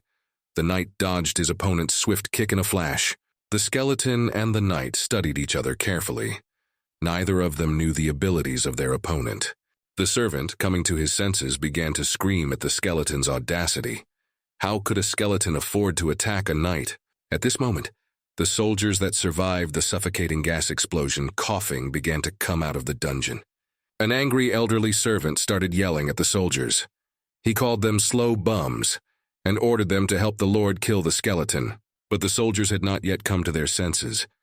There was a fog in front of their eyes, and they could barely stay on their feet. The skeleton warrior's movement slowed. It became hard for him to hold the sword, and he lowered his hand. The world floated in front of the skeleton. He got a feeling of dizziness, and he asked himself what was going on around him. A red screen with a warning appeared. The skill Suppression was used. The skeleton warrior's level was lower than the opponent's, and his mobility would be limited. This skill caused the skeleton to fall to its knees and bow its head. A knight approached the fallen skeleton. It was interesting for him to observe his behavior. The elderly servant also fell from this skill. He was unconscious. The knight walked past the defeated skeleton. It was incomprehensible to him why, while the one who had summoned the unclean thing here was unconscious, the skeleton was still in motion. He walked over to the girl whose back was covered in arrows. The knight didn't see this girl as a skilled necromancer, and he decided to kill this girl right now. The knight began to pull his huge shiny sword from its sheath. The skeleton saw and heard everything despite his depressed state. He felt dizzy. His eyes saw everything blurry, and his arms and legs didn't want to obey at all. But he was getting up. The sword held by the knight who was now about to kill the girl, as if ordering the skeleton to stand up.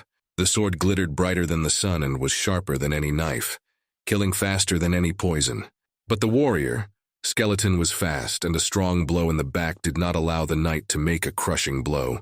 Having struck a blow, the skeleton warrior gathered his strength so as not to fall down and give up. But from that blow, the skeleton's sword broke.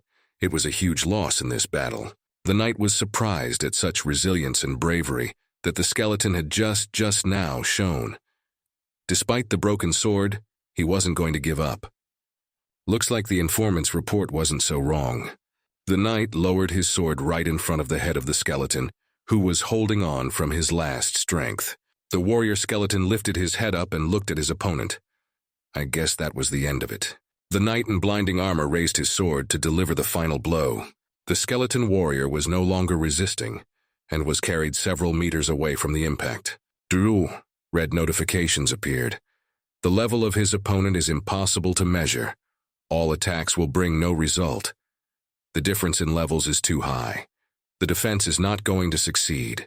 Looks like he's dead. Darkness has fallen, but it will go back to the very beginning. The skeleton warrior woke up, but he was not in the grave from which he had risen several times. He started looking around, trying to figure out what this place he woke up in was. "Where's Rubia? Where's the cemetery?" asked the skeleton to himself.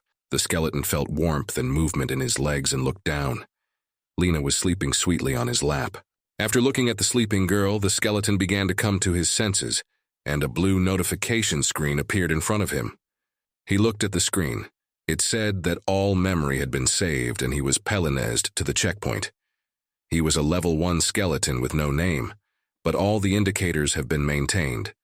Because of the return to life, the fusion with the dungeon had been reduced to 92%. The skeleton looked at the screen and wondered aloud about where he was. A torch was burning on one of the walls of the dungeon, allowing you to see everything around you. On the cold ground, Lena slept.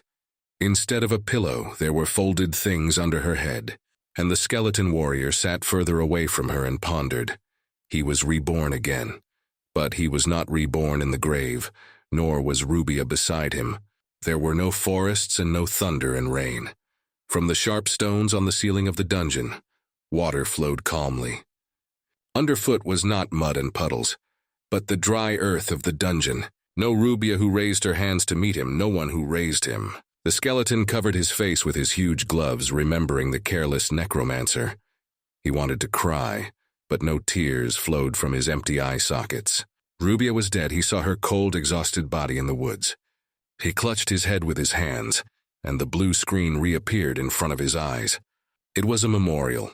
The skeleton had died 5 times already, and had reached the necromancer's maximum sympathy in his previous life. A bonus appeared. He could go from level for the necromancer's sake to level the necromancer's lover. Going to the necromancer's lover level surprised the skeleton. All the bonuses this level gave were not particularly useful for battle, but added sympathy with necromancers in the future. But was he really given this level of necromancer sympathy because of Lena? Had she been mistaken for a necromancer?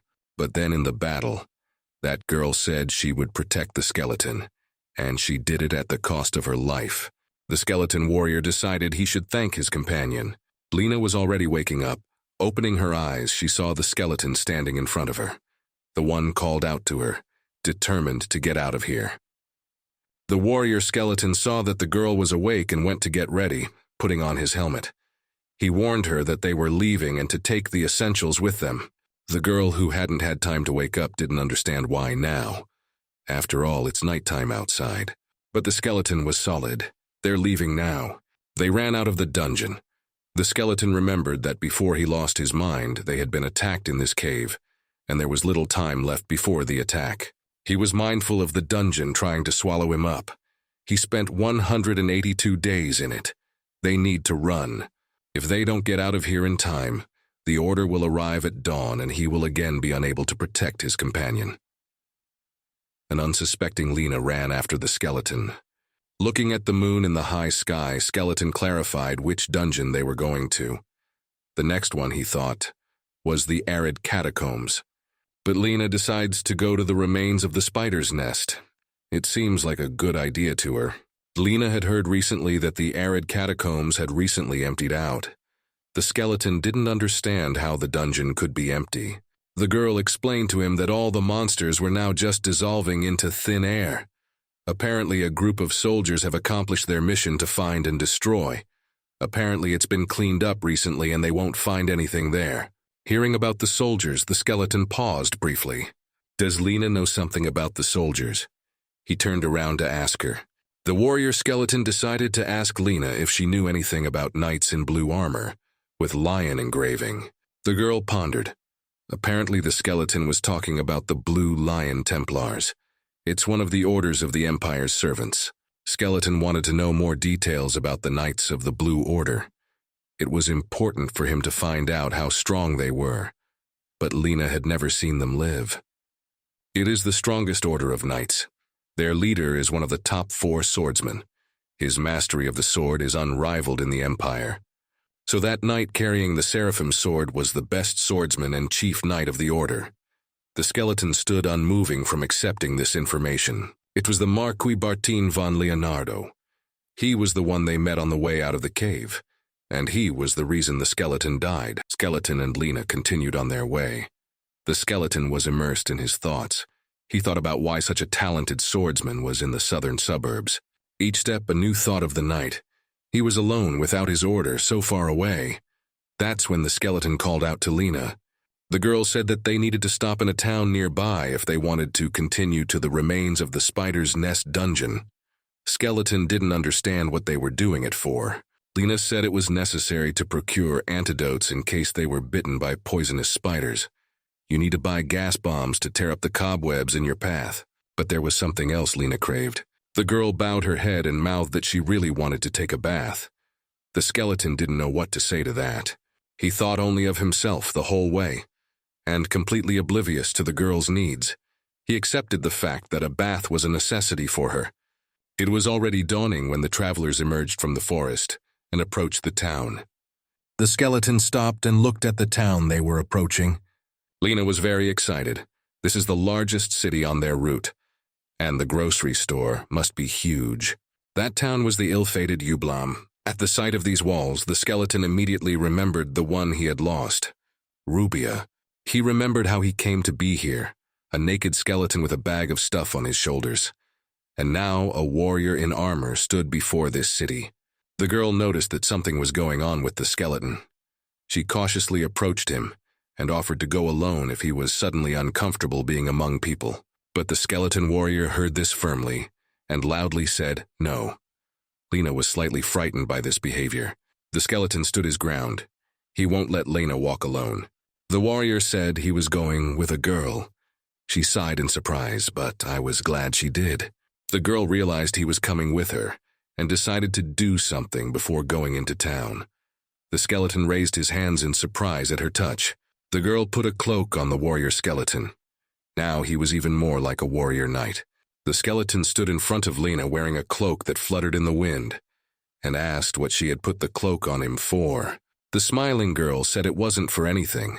It was just for fun. She bought it for the warrior to see how he would look in it. A caretaker came out from behind the gate. He shouted that before they could enter the city, they had to pay. The caretaker squinted his eyes. He watched carefully. They didn't look like local people. Looking at the girl's bulging breasts, he wondered if she was single. Lena scooped the skeleton up under her arm.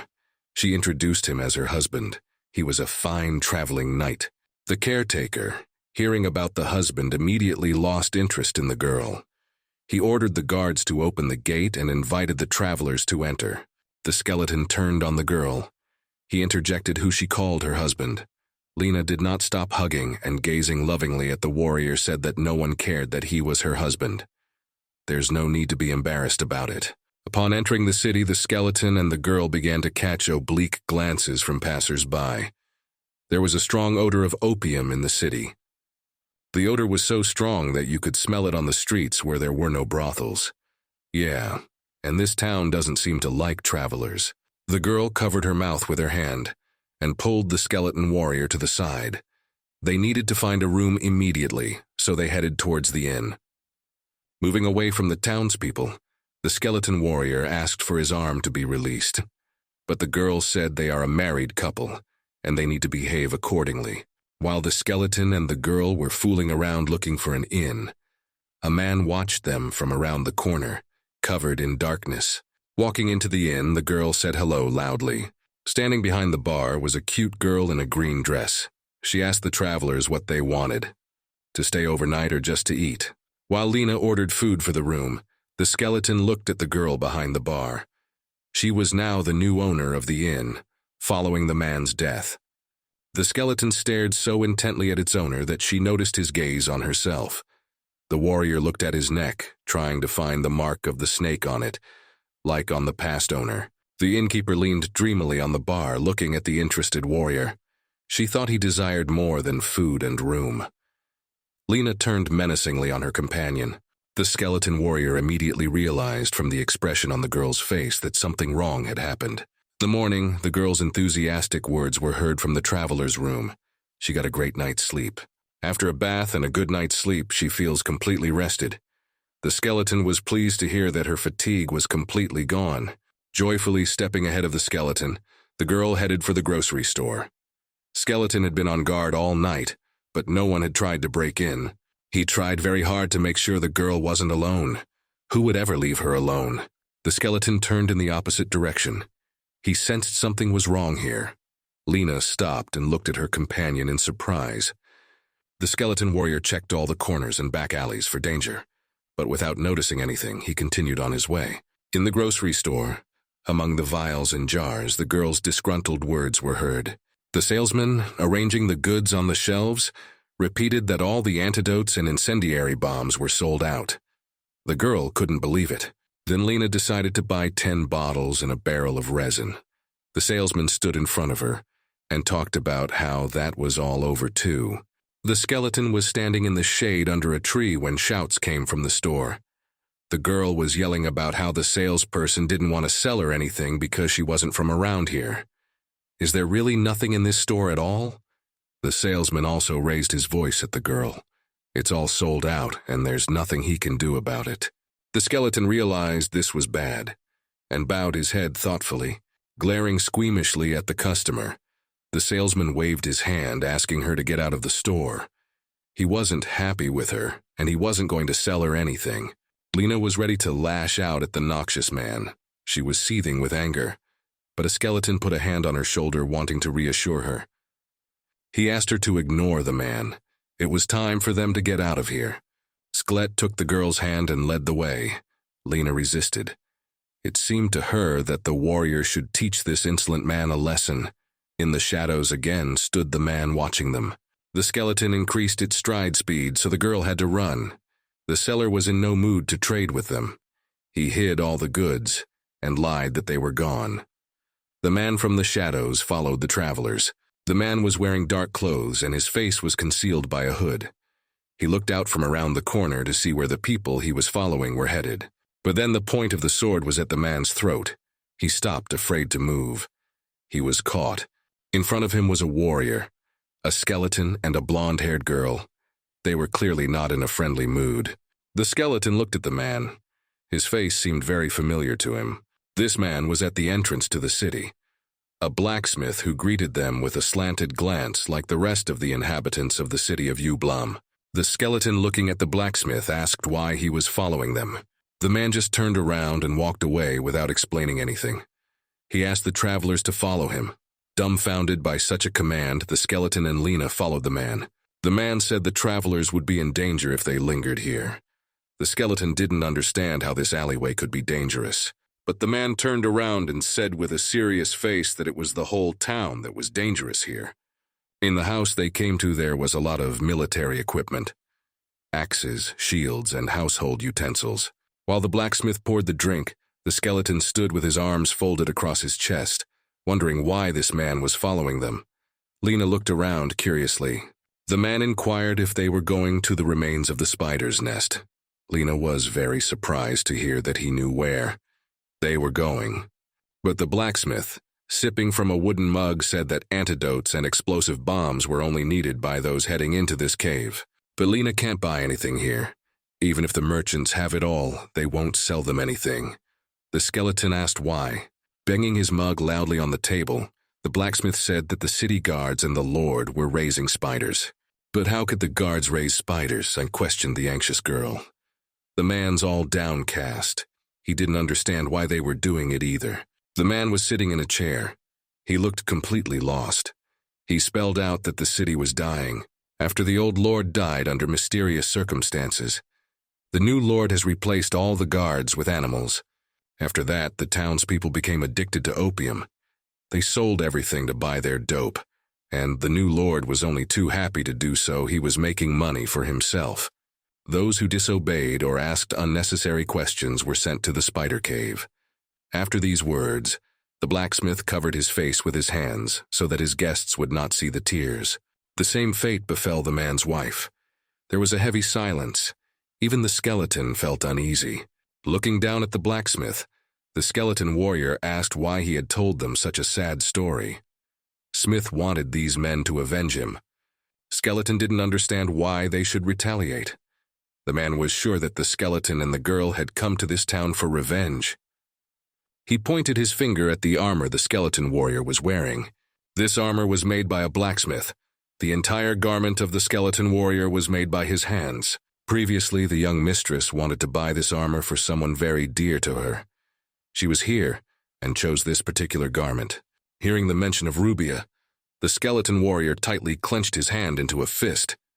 Lena felt the tension the skeleton was feeling, but she didn't understand what caused it, and looked at her companion with a questioning look. This was followed by the man saying that wanderers who travel alone are targeted by the city. The skeleton couldn't stand those words and picked up the man with anger, clutching the collar of his clothing tightly in his fist. He didn't understand how the one who knew all this did nothing to help the poor girl. But the blacksmith was a coward. He's been afraid his whole life. Even the moment they came for Rubia, he didn't resist. The man was old, despite his rather chipper appearance. He, an old man, could do nothing in front of the two young guards to protect the fragile girl. And they led her away while he sat like a lowlife, crying quietly in the corner. In a huge room under the light of a dim lamp, the skeleton stood and continued to hold the man that had failed to protect Rubia. A little farther away from them, Lena stood silent. Right now, the captain of the guard and his men are leading criminals into the spider cave. He leads them as food for spiders. The man quickly got up and started looking for his things. He was going to give them the goods to set the spiders on fire, but he asked them to burn the creeps that take people there. Lena shrieked in surprise. He stared intently at something and couldn't believe his eyes. There was something there that struck her. The blacksmith turned around to look at what the girl had found. It was a flame from across the sea that would not go out. Smith didn't expect Lena to know what it was. There was a container with a cork lid on the table, and a flame burning inside. It was the Grasmere fire.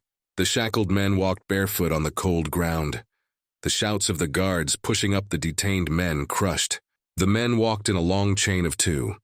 They were threatened by the commander, apparently believing it would make them go to certain death faster. Watching all this from the tree were the skeleton and Lena. The girl's face expressed wild fury. The guards were constantly insulting and yelling at their hostages. As they approached the huge rock below, which was the stone entrance to the cave, the skeleton clarified if they had correctly found the remains of the spider's nest. Lena was walking ahead.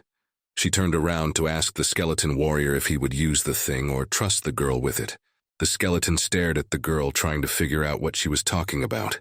In the girl's hands was a loaded huge flamethrower. She held it skillfully in her hands.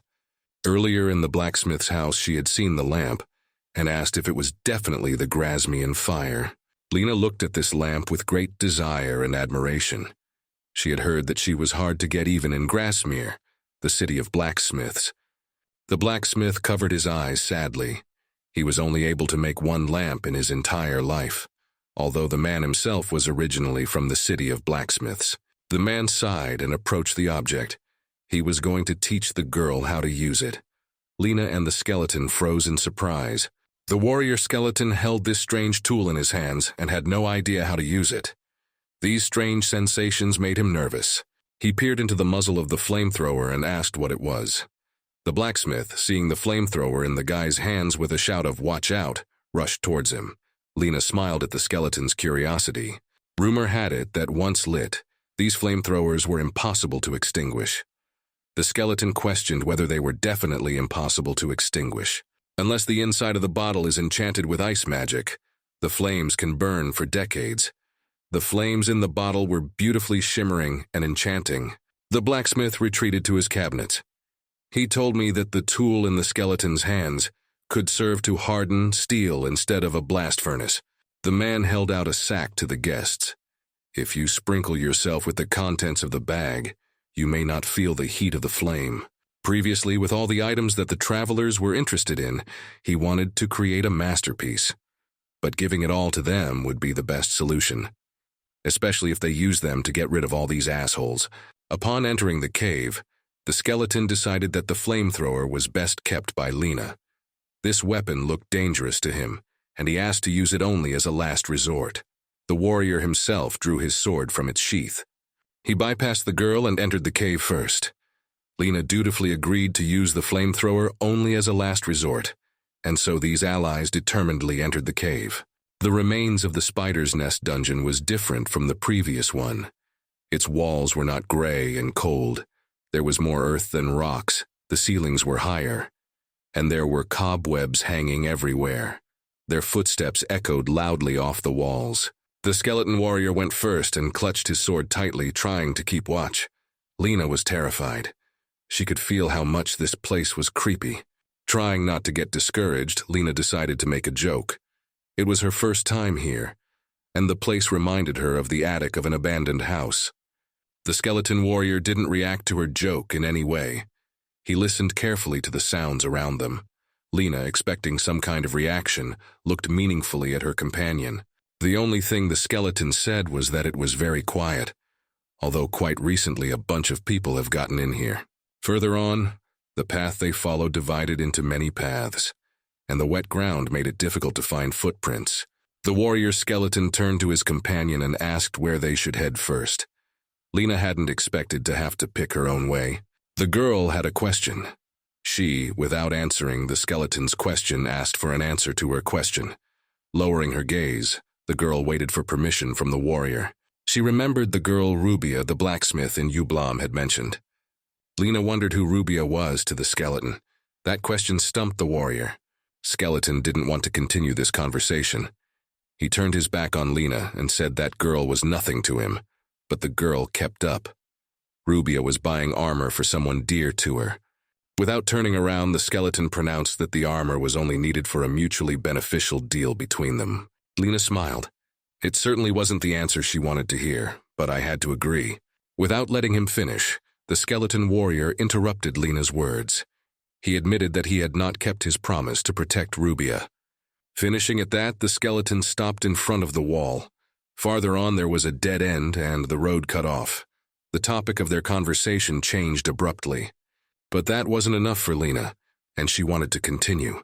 The skeleton looking down the small tunnel was annoyed by her curiosity. Lena held out in her palms a gold locket on a string. Looking at it, the skeleton asked what it was. He took the gift from his companion and lifted it higher to discern. A web of spider webs was already weaving over the skeleton and Lena. The companions paid no attention to the spiders surrounding them. They were busy wondering why Lena was giving her locket to a skeleton. It seemed to the girl that she should lend this locket to him for a while. It was a very expensive thing for Lena. The skeleton didn't understand why the girl would give him such a valuable thing to her. Just then, drops of white liquid began to fall on the warrior's spanking. He touched his helmet with his hand.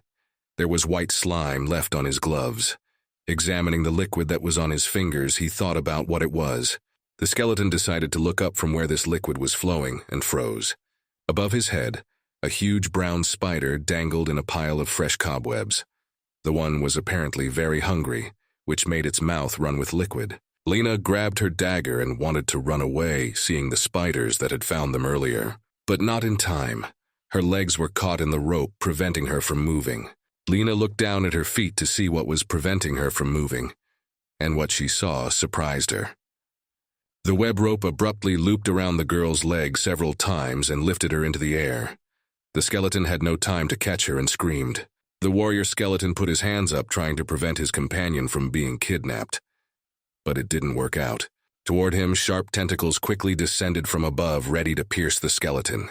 The skeleton barely had time to dodge the attack. The tentacles struck exactly where the skeleton had jumped from. The skeleton warrior didn't have time to think and drew his sword to attack the spiders. With sharp and precise sword movements, he left wounds on the huge spider. Green blood poured out of those wounds, but the spider didn't plan to die. Useless swings of his sword have gotten him nowhere, and the skeleton decides to get rid of the cobwebs first. As the skeleton warrior moved in the direction Lena had been dragged away, out of the corner of his eye, he noticed something that made him stop. But the skeleton had no time to react to the movement and was swept off his feet by the huge claw of the spider he was fighting. The warrior skeleton fell to the ground from an impossibly strong blow. From the pain he was in, he began to cough. The skeleton didn't have time to lie down and come to his senses, so he got up, slowly. But he was rising from his knees. Before he could get up, a small spider jumped on him. He pinned him to the ground with his claws to keep him horizontal. The spider's eyes burned with red, fierce fire. The skeleton grabbed the spider's claws and held it so it couldn't reach its mouth to his face and bite through his helmet. In this struggle for life with the spider, the skeleton notices a girl hanging by her leg. Lena was hanging upside down and seemed to be unconscious. But Lena was conscious. She screamed in fear. Smaller spiders were coming at her in a huge mob, and the cobwebs around the girl were getting bigger and bigger. Seeing and hearing their companion, the skeleton hands let go of the spider. They reached for the sword the skeleton had dropped as it fell. Spurred on by cries for help, the skeleton warrior reached for his sword and gripped it tightly. With this sword, he pierced a huge monster. With his sword, he sliced open the spider's skull, cursing it. A pool of green blood was gushing out of his skull. The skeleton took a moment to catch his breath after his hard fight for life. But it turned out that the toughest battle was yet to come. A black wall with a bunch of red eyes was looming over the skeleton. There were so many monsters, moving so fast that it was impossible to keep track of how many and where they were. Lena was hanging from the ceiling of the dungeon on a rope of cobwebs. She was being approached by a huge number of spiders wanting to eat her. The girl made a quick motion with her hand, dropping the dagger without anyone noticing. The dagger hit the target, right into the spider's head, and green blood spurted out. Under Lena's weight, the cobwebs were beginning to tear and slowly slide down her legs. A swarm of huge and hungry spiders came closer and closer to her. Looking at them, The girl realized that her affairs left much to be desired. At this time, the skeleton warrior was doing battle below. He sliced the spiders' heads open with his sword time after time, but they didn't die, and there were more and more of them.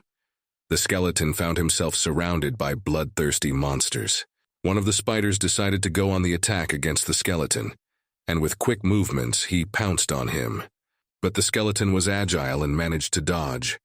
The spider's tentacles only grazed the armor on the skeleton. The skeleton had to lean back hard to keep the tentacle from hitting important parts of his body. But because of this procrastination, the spiders came closer and closer. There were too many of them. From above, another spider flew onto the skeleton. The warrior was in an awkward position to repel the attack. But the warrior skeleton had trained well over the months in the dungeon and repelled the attack at the last moment. Looking at the spider attacking the skeleton, he threatened it and contemplated a plan for further battle. The skeleton warrior managed to strike his opponent, cutting off his leg. He was sick of these huge bugs. The spider let out a horrible cry of pain. Enraged from its wounds, the spider spat out a huge amount of webbing towards the skeleton. With his web, the monster spider wrapped his web around his opponent's leg, willing him to lose his balance. But that won't stop the skeleton. He swung his sword harder, wanting to cut the nasty web that bound him. But the warrior skeleton had no sooner lowered his sword and destroyed the web than his sword itself became hostage to the spider, which again made the attack. A sharp jerk, and the sword slips out of the skeleton's hands. The skeleton warrior fails to grab it back in time, and the sword flies off in an unknown direction. All the spiders decided to attack and immobilize their opponent. A huge amount of striking web quickly flew out of their mouths. In an instant, the warrior skeleton finds himself in sticky shackles. There's a nasty spider web clinging to all his armor. Once the skeleton's body is fully enveloped, it begins to lift into the air. There are too many webs, and the warrior skeleton can't move. His body was stretched like chains in different directions and suspended in the middle of the cave. There were more and more cobwebs around, and spiders started crawling towards him from all sides. They sensed his unarmedness and wanted to enjoy their dinner. The warrior skeleton was struggling to pull the web over itself and tear it apart, but he couldn't do it, and the spiders were getting closer. Their hungry eyes burned ever brighter. And then the biggest and boldest spider swings around to deliver a stabbing blow at its victim. His sharp foot is already flying straight at the skeleton's head. But a warrior doesn't want to give up for nothing. He can't die now. A huge burning pillar appears before his eyes. Fire strikes the spider that wanted to kill the skeleton, and the monster spider is writhing in pain, burning in flames. The skeleton looks at what's going on. He was just almost killed by a spider, and now his enemy is dying. When the fire went out, the skeleton saw Lena in front of him. The girl's face was furious. In her hands, she held the flamethrower she had just burned the spider with. Lena was happy to use this weapon. She loved roasting those nasty spiders. She smiled and said, "Eat up." She stood and blasted fire at this huge spider that almost ate her companion. The burning spider illuminated the entire cave. Lena's face spoke of her anger at all these things. She walked over to the skeleton. The warrior turned slightly away from the girl. She looked intimidating and asked how she was. Lena barely made it out. While Lena was telling how she was hanging upside down, and blood all came into her face, causing her to scream loudly, there was another spider crawling along the web above her. The shackled skeleton noticed the advancing enemy behind the girl's back and shouted, loudly wanting to warn her. Lena reacted instantly.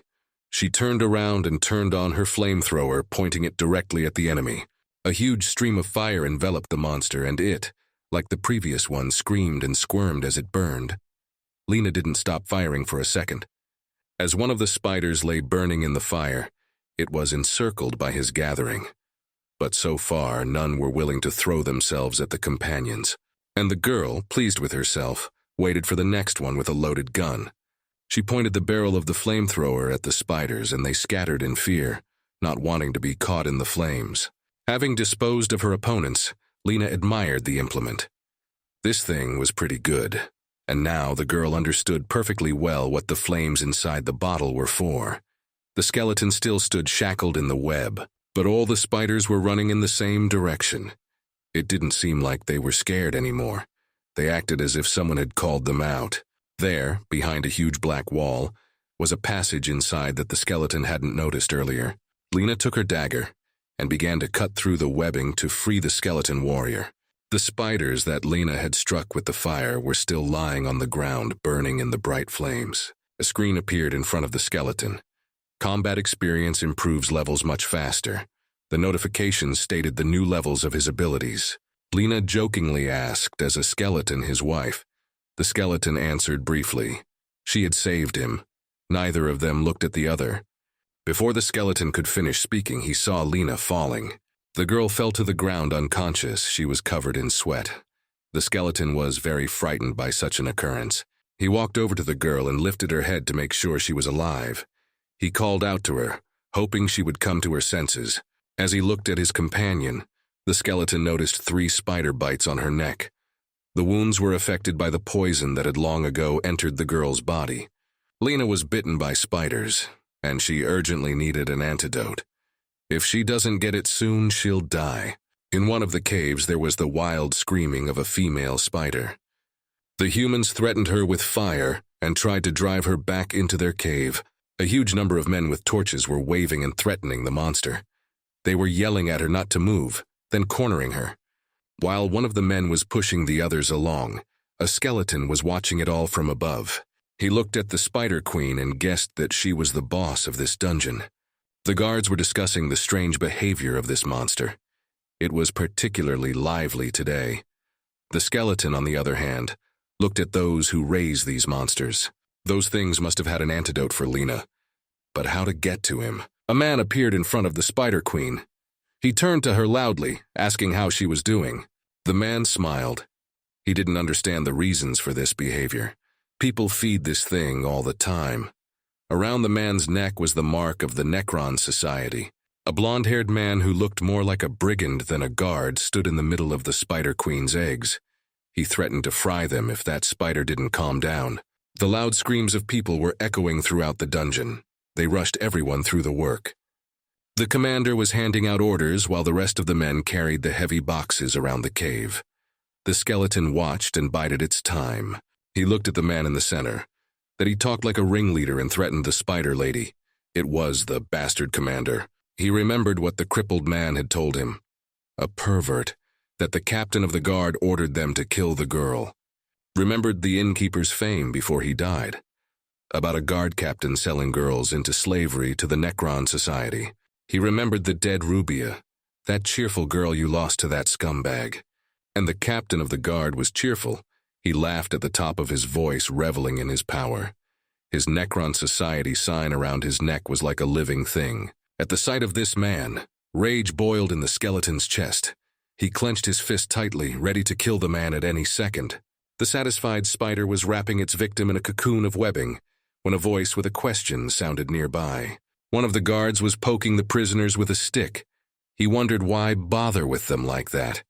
Why don't they just kill them in the city? Some of the prisoners were already wrapped in cobwebs, and some sat in a semi-conscious state awaiting their fate. One of the older guards told the younger one to shut up and listen to the commander's orders. The junior guard fell silent. Behind him, a skeleton warrior was quietly coming out of hiding. His sword was ready. A plan had already matured in his mind. The captain of the guards turned around with a displeased face at the shout of one of his soldiers. At the younger guard's throat was a sword. He asked for help from his captain. The skeleton grabbed the younger guard tightly and threatened to kill him. The young Palanek sought the protection of the older one, but it seems the captain of the guard was unhappy with the invasion of his territory. The captain of the guard was caught in a vice. He asked a bunch of questions about who this man was and what he was doing here. No one was supposed to know about this place. The skeleton ignored all questions. He set his own terms, and there were only 2 options. The first is the voluntary transfer of the antidote. He reiterated once more about needing the antidote and squeezed the young lad tighter into the vice. Everyone around them whispered about the antidote. The skeleton asked me to give it to him nicely. The captain asked if the warrior would let his subordinate live. But the skeleton said the captain of the guard would die quickly and painlessly, and all his men will walk out of here alive. After saying those words, the captain of the guard laughed loudly. That laughter made the skeleton warrior question the situation at hand. The captain tapped himself on the head. He thought of the warrior in front of him as just another junkie. He'd met a few before, but he'd never seen one this crazy before. With his gruff smile, the captain of the guard reminded the warrior of who he was. How dare a warrior threaten him? But the skeleton told him. About a few months, a girl came to Jablum to buy armor, but died.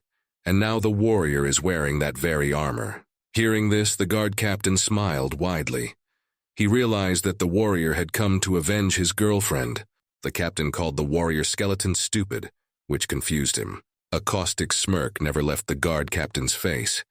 Rubia wasn't the only girl this happened to. He doesn't memorize them. The warrior skeleton was silent.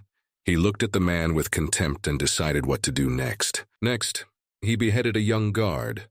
The captain of the guard had no intention of settling the matter amicably. The guy's dead body slowly rolled to the ground. The skeleton let go of the guy's body and ran to avenge the captain. As he moved, bottles, shards, and yellow liquid flew at him, sticking to his armor. The captain of the guard and his soldiers stood and laughed. They threw eggs at the skeleton warrior. Right on the skeleton's helmet was the yolk of an egg, and looming over his head was the Spider Queen. She was angry. In those eggs were her children. One of the Spider Queen's legs flew like an arrow to strike the one who had the remains of her children on him. The skeleton warrior sensed the danger and turned around to repel the attack. Immediately he froze, unmoving. The tip of his sword was broken and flew off the main part. The warrior skeleton was stabbed through and through by the Spider Queen's sharp foot, and his sword was stuck in her leg, so they stood there without moving. Folding his arms across his chest, the captain of the guard smiled haughtily. He knew the warrior's body reeked of spider eggs, so the spider attacked him. The skeleton warrior's body began to slowly rise upwards. He couldn't hold his sword, and it fell to the ground. To him, he was the thief of her children. The skeleton was hanging on the Spider Queen's leg, almost unconscious. His body was like a rag hanging from a branch, and the Spider Queen scrutinized her prey. There were rumors among the people that the queen was a chimera, that the wizards who created her left her for dead. But how much is the life-giving power of a mother's love? While the guards left the scene thinking the warrior was finished, he had the strength to fight on. The captain of the guard, even turning around one last time, didn't notice anything out of the ordinary. He thought about the fact that he had fed the queen spiders for the day, and it was time for them to leave. But behind his back came a deafening explosion.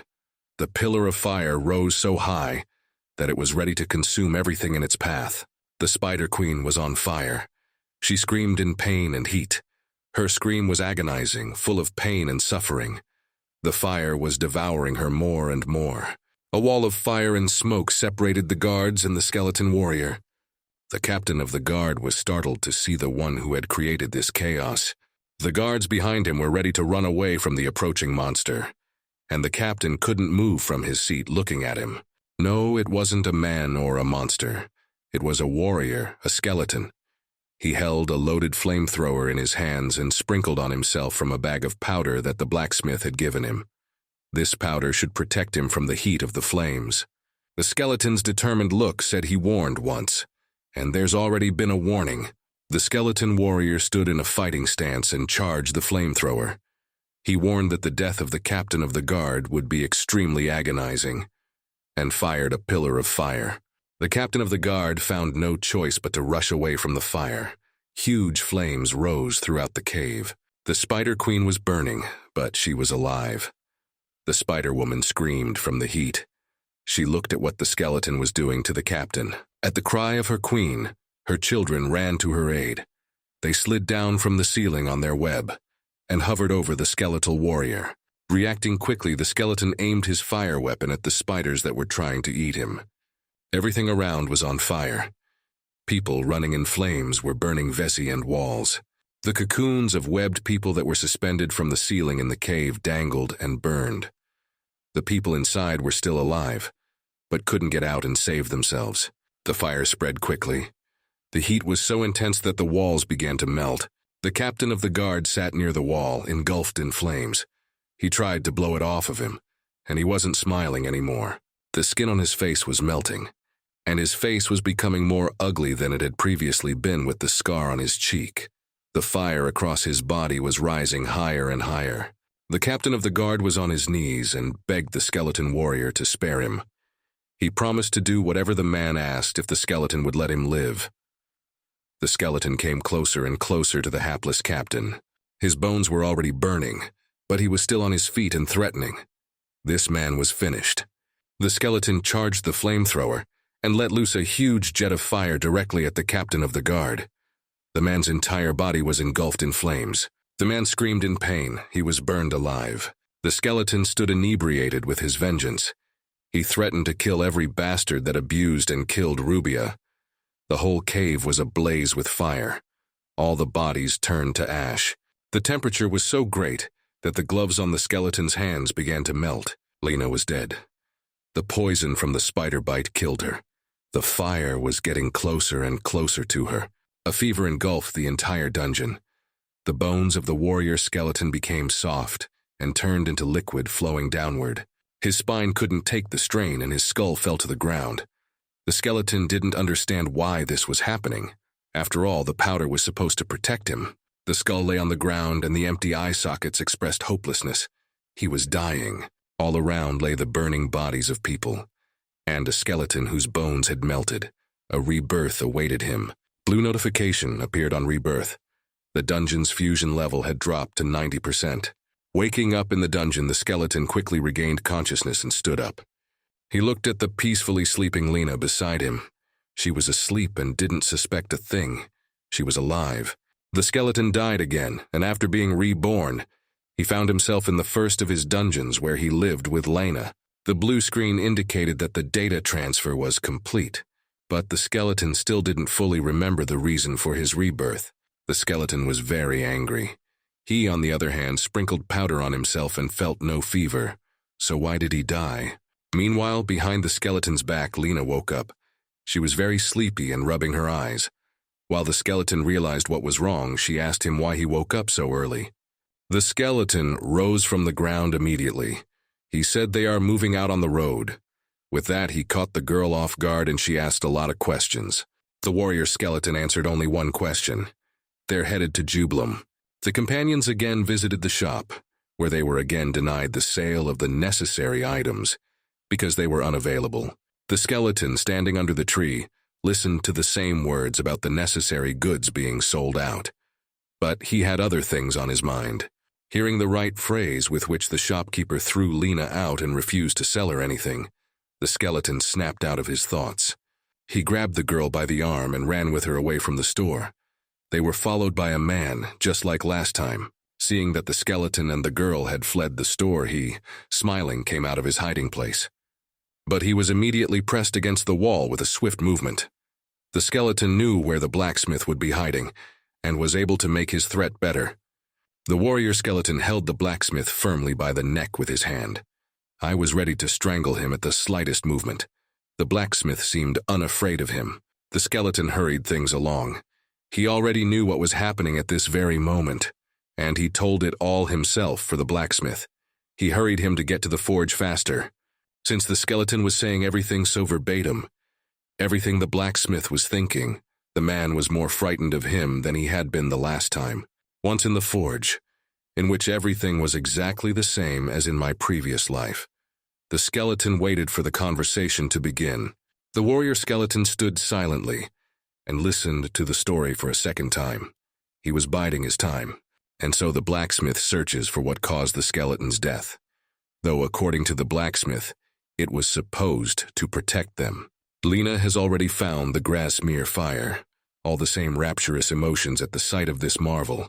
The girl was carrying on a conversation with the blacksmith about it being an unquenchable flame, and the skeleton was waiting for the moment. The skeleton looked at the flame in the flask. That's what killed him last time. It lit up and never went out again. The skeleton asked if the blacksmith had a tool to use that fire. The man hadn't expected strangers to be so knowledgeable about his hometown. He handed the skeleton a flamethrower, and the weapon lay in the warrior's hands as if he had never parted with it. Meanwhile, the blacksmith had found a bag of powder. He again told them that by sprinkling themselves with it, they would not feel the heat. That's exactly what was supposed to save the skeleton. But in the end, along with the fire, it destroyed him. The skeleton was so angry at the man that he grabbed a sack from the table and hit the blacksmith in the face with it. Lena did not expect such behavior of her companion and shrieked in surprise. The powder was left on the man's face and head. Its vapors flew in the air, and the blacksmith didn't understand why he deserved such an attitude. The warrior skeleton pointed a weapon at the man. With fear, the blacksmith stopped breathing. Skeleton repeated the words that with the powder he would feel no heat. Smith began waving his arms, asking them not to let fire into him and to stop. The warrior kept his finger on the trigger. He decided to try out this powder for starters. The blacksmith admitted that the powder would make it so that he would feel no heat or pain. The skeleton, hearing the acknowledgement, raised the muzzle of the weapon upward. The warrior skeleton grabbed the man by the neck in anger. He talked about how it would be helpful first. Lifting the man up so that his feet didn't touch the ground, the skeleton continued. Then the warrior simply won't notice when his armor starts to melt. He held the man above the floor and asked why he wanted to kill the companions along with the guards. The man didn't seem to feel an ounce of guilt. The blacksmith knew it wasn't a man lurking beneath the armor. After these words, the skeleton warrior shoved the man to the other end of the room. That one fell with a clatter, and the things in the closet fell on top of it. Kneeling on his knees, the man tried to cough and regain consciousness after the strangulation, and the skeleton demanded to know how he knew he wasn't human. The man raised his head and gritted his teeth. He has been in the blacksmithing business for over 50 years. He saw and noticed perfectly well that underneath the armor he had made was not a man hiding. Trying to get up, he called the skeleton a creature and a monster, and didn't understand why he needed all of this. But before dying, in the blacksmith's opinion, the monster would have time to do a good deed. Lena intervened in the conversation. She clenched her fists in anger and didn't understand what the old fool was talking about. The girl appealed to the warrior to kill the wretched man, but the skeleton spat at him. There was no point in killing someone who already had one foot in the grave. The skeleton turned menacingly and headed for the exit. There was no point for the blacksmith to worry about the guards. The skeleton warrior would have killed them anyway. Lena was surprised by his words. On the way out, the skeleton saw a sword sticking out of a rock. He looked at him. The sword seemed pretty sturdy. The skeleton remembered how fragile his sword had been in battle. It didn't look like one that wouldn't dull quickly. Seeing the skeleton take the sword, the blacksmith shouted that it was not for sale. It took the man years to get it, but the skeleton warrior had no plans to give it up and placed it against the man's neck. But the skeleton said that this sword was payment for trying to kill those who wanted to help him. The blacksmith was silent. Stabbing the man with the tip of his sword, the skeleton warrior asked if the blacksmith had any objections to this. The dark sky was almost cloudless. The skeleton stood in front of the dungeon entrance. Now he was facing a tough battle. In his past life, he had lost it. Lena held a flamethrower in her hands. They were standing in front of the entrance to the remains of the spider's nest. Lena tried not to get discouraged. Since the powder the blacksmith wanted to give them was useless, they should be careful with fire. The girl cautiously entered the dungeon and hummed softly to herself. The skeleton was in no hurry to enter. He stood silently, pondering his next move. He remembered how Lena had died. She was bitten by a poisonous spider, and then thanks to it she was burned. As he approached his companion, he apologized to her, which made the girl wary. He hit Lena. Didn't kill her, just made her unconscious. The girl went limp and fell to the ground. The warrior skeleton gently lifted the girl into his arms. He was sorry to hurt her, but the skeleton wanted to protect her. He carefully leaned the girl's unconscious body against the cave wall. She's died so many times before, because of him. He won't let it happen again. Lena didn't hear that. She was sleeping peacefully. Looking at the sleeping girl, the warrior asked her to rest. It was time for him to leave. The skeleton warrior flew into the now familiar cave with a quick step, pulling his sword from its sheath. On his way, he promised to return soon. Sparks of fire were already blazing in the caves. The spiders were burning and running everywhere looking for escape. They made nasty noises as they died, and the skeleton kept moving forward. The Grasmere fire was truly dangerous. Warrior needs to be more careful with that one. The skeleton was careful and precise. He had to be more careful, and then he could kill them all at once. Voices were heard behind the skeleton warrior. Someone asked what he was doing in that cave. Turning his head in the direction of the voice, the skeleton saw the captain of the guard and 2 guards in front of him. It seems their leader was not happy with what he saw. The captain of the guard looked toward the fire and realized it was his spiders burning. The warrior skeleton pointed his weapon at the captain and called out to him to talk. The junior guard whispered something to his commander. The captain of the guard stepped forward, showing that he was unarmed. The man told the skeleton that this cave was dangerous. There were many confusing paths. Thinking that this strange warrior was lost, he offered to lead him out.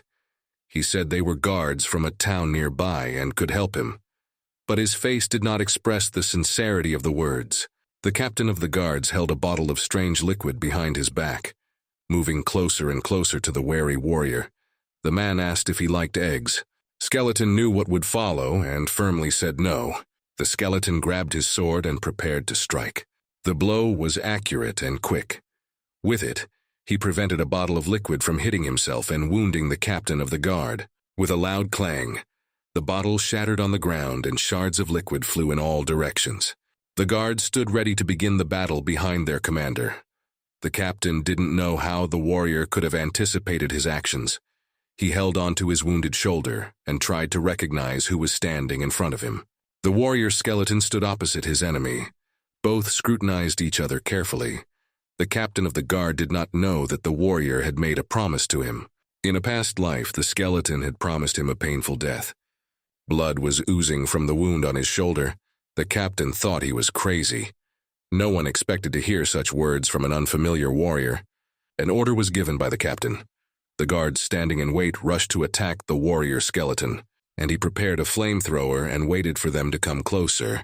When the guards saw the red light coming from the muzzle of the weapon, they stopped in fear. No shields could save them from the fire consuming them. The skeleton, not waiting until they were close shot, straight at the humans. And now they were burning and screaming like spiders. The captain of the guard, standing farthest away, saw his soldiers burning. He didn't want to get caught in the fire at all, so he decided to run away. As the fire came out of the flamethrower, the skeleton remembered a past lesson. He couldn't use the Grasmere fire for long, or it would melt again. The warrior skeleton kept enough distance to keep himself from getting hurt. He wanted to burn every last one of them. People were burning alive. Their clothes and bodies were melting, causing great pain. Behind the skeleton, the captain of the guard appeared. With one hand, he held his wounded shoulder. In his other hand, he held a dagger, wanting to attack the warrior. Gathering all his strength, he rushed to attack the one who had started the fire here and wounded him. The skeleton, noticing the movement behind him, turned around. It seems that in burning the guards, he forgot about his main opponent. The skeleton warrior did not have time to fend off the guard captain's attack. He hit the target with a precision, knocking the flamethrower out of his hands. The guard captain's dagger sliced the flamethrower in half, while simultaneously shattering the vial of Grasmere fire. This incident made the skeleton nervous. The skeleton stood looking at the burning flamethrower. The captain of the guard was pleased with himself. He didn't know where the warrior had gotten such a weapon from, but he wouldn't be able to use it again. The feet of the spider queen appeared out of the cramped space. The skeleton burned all the spider eggs and pissed her off. Looking under his feet, the captain saw one whole egg and bent down to pick it up. The captain of the guard stood in front of the spider queen and threatened her. He demanded her obedience if she was to keep her last child. The queen listened to him attentively. The man ordered her to kill the warrior, and she rushed to attack the man she had indicated. The skeleton was ready for the meeting. He held out the sword in front of him that the blacksmith was so reluctant to give up. The Spider Queen's strikes were swift. The warrior skeleton barely had time to deflect the attack. A column of dust rose from the active battle between the skeleton and the queen. The skeleton jumped aside.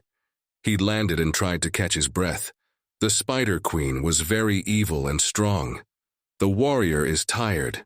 He barely had time to block her blows with his sword. He didn't understand what was happening or what to do if he had fire, but he had fire. Ahead of him, his flamethrower was still burning. Suddenly, the skeleton received another blow from the spider, which threw him back against another wall. This blow was immediately followed by a second. The skeleton warrior barely had time to put his sword out in front of him to avoid being severely wounded. While there was an active battle going on between the warrior and the queen, the shouts of the captain of the guard could be heard. He was insulting the skeleton. He was sure the skeleton couldn't handle the spider. It was impossible to follow the movement of the queen's feet and sword. After another blow, the skeleton stumbled back. He couldn't keep his balance and started to fall.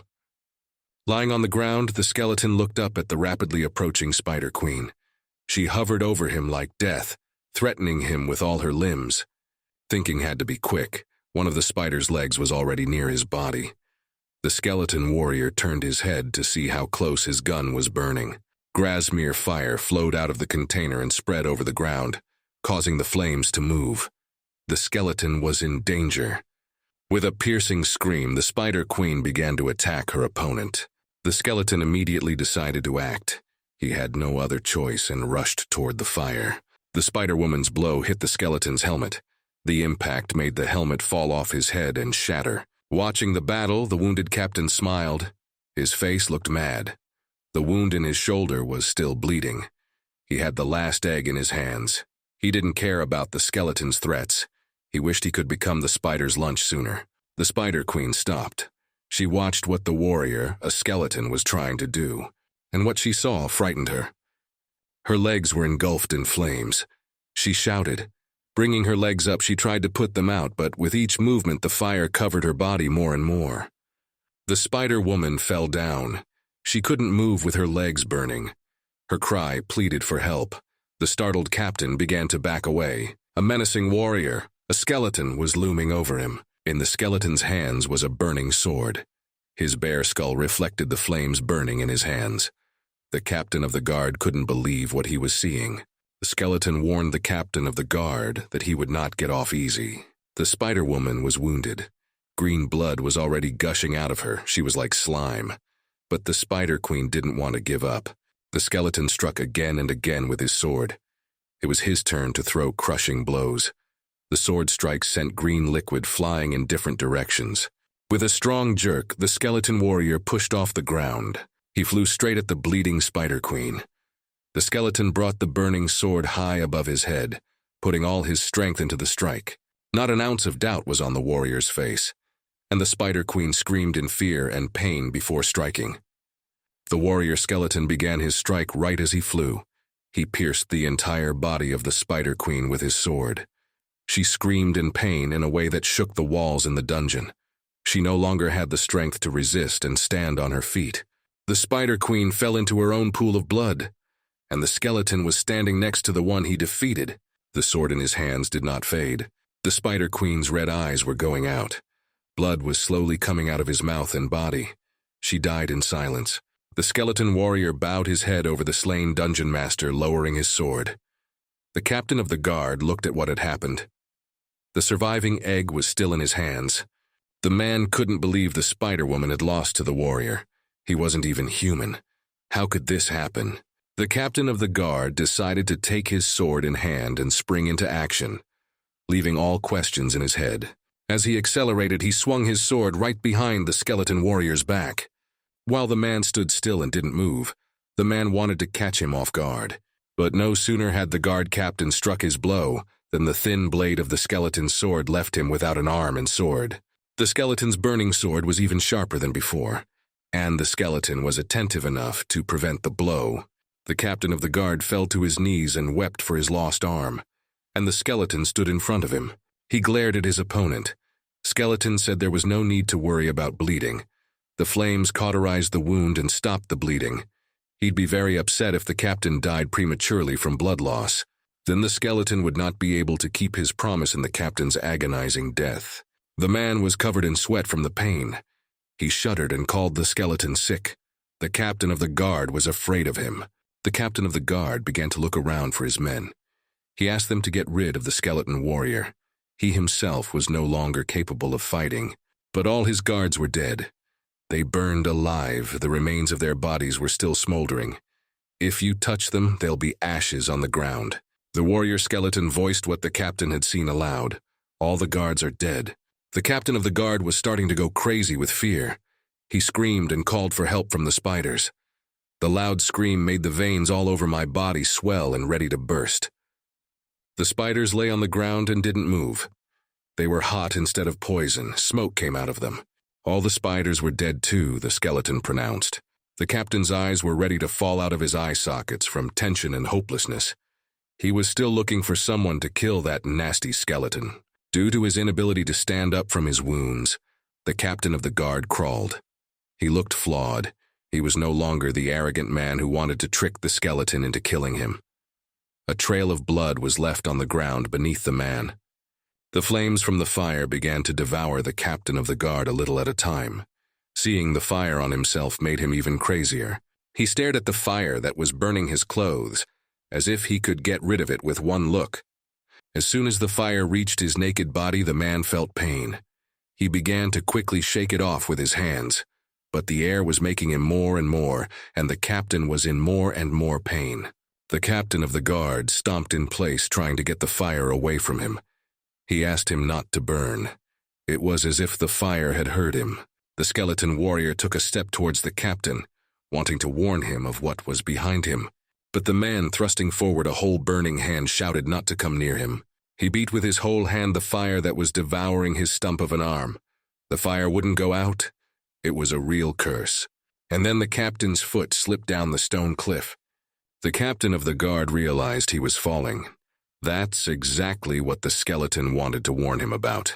And the skeleton warrior stood motionless, watching his opponent fall. Walking to the edge of the cliff, the warrior crouched down and looked down at the fallen man. The skeleton looked down and watched the guard captain burn.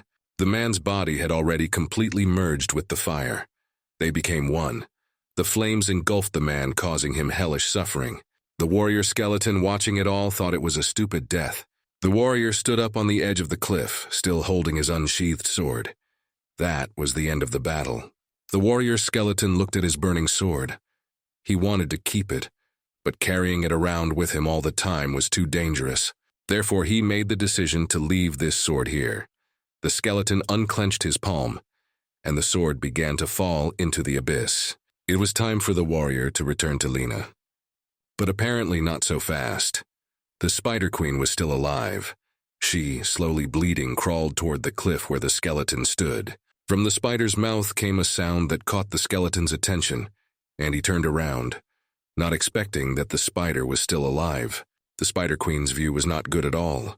All the wounds bled with poison and blood, but she had the strength to continue the battle. The warrior skeleton was in a desperate situation. He just threw away his sword, and now he was lying on the ground in the precipice, illuminating the ground. The weakened spider raised its leg and poked at the skeleton with it. Her movements were slowed, but her tentacles were still sharp. One of them was approaching the skeleton's skull. He was scared, but he didn't move. A tentacle was about to touch his face, but it passed by without hitting a bone on his skull. The spider's leg dipped beneath the skeleton's legs, wanting to pick up the last surviving egg. The Spider Queen took her last child and cradled it to her chest. The skeleton stood amazed at such great care. The Spider-Woman clutched the egg tighter to her chest, kissing him and making affectionate, soothing noises. She made her last sounds and passed out. As her body lost its strength, she began to fall. The dead body of the Spider Queen fell, but she never let the egg out of her hands. The skeleton stepped closer to the mother of spiders. He looked at the Spider Queen and thought about how she only wanted to protect her egg. The dead spider's body began to burn. Her surviving egg burst. A red rock rolled out of the egg right under the skeleton's feet. Instantly, a blue screen appeared. It had new data on it. He had defeated the dungeon master, the difficulty level was despair, and the soldier's points had been increased by 400%. He also has a new ability to increase his speed for 30 minutes. That's when a new challenge began. The warrior skeleton was coming out of the dungeon. On his shoulders, he carried a huge, heavy sack. The girl's loud words made him stop. She talked about her feelings, and she felt betrayed. She was standing at the entrance to the dungeons, and her entire appearance expressed great displeasure and anger towards the skeleton. Her fury burned brighter than the fire in the cave. Could she really be so untrustworthy that the skeleton left her here and went there alone?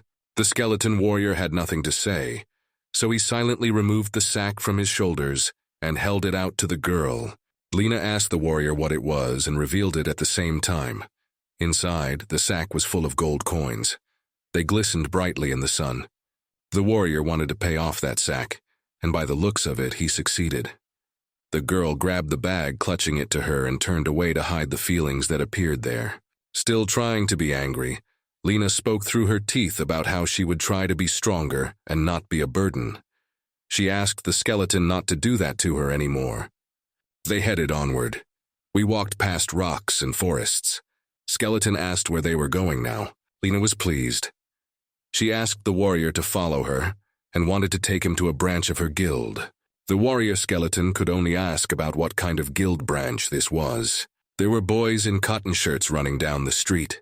There were a lot of kids. There were little ones that were still playing with the bears and older ones that were chasing each other. They all lived in a huge brick house that looked like an administration building.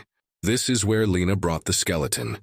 The warrior froze and didn't move, looking at all these fun, playing children. He couldn't believe that this was her guild branch. A little girl in a pink dress ran up to the companions. She threw herself around Lena's neck, calling her little sister. Never had the skeleton seen a girl so happy. She hugged the little girl, also calling her sister. Lifting her sister in her arms, Lena introduced the skeleton as the knight who had saved her. The little girl said hello to the knight. Both were very similar to each other. Their broad smiles were like two drops alike. Children surrounded Lena from all sides. They were happy to see her, and they all called her sister. She tried to hug each of them. From behind the crowd came a very unchildlike voice that said hello to Lena. It was the head of the guild branch, a guy not tall but with a huge blinding smile. The companions made their way to the head's office. In the tall cabinets were a multitude of books. The head of the branch politely offered the girl tea. Sitting at the table, the head and the girl exchanged amiable concern for each other. Meanwhile, the skeleton was looking at the skull he found in the study. Lena pointed at the warrior. She introduced him as a knight who had helped her more than once. Caught off guard, the skeleton didn't know what to say. The head pressed his hand to his chest and bowed respectfully in deference to the knight. His name was Lime, and he was the head of this orphanage. The skeleton stood flat in front of Lime. He was silent and unmoving. The head of the orphanage didn't expect such a reaction and broke the silence with his words.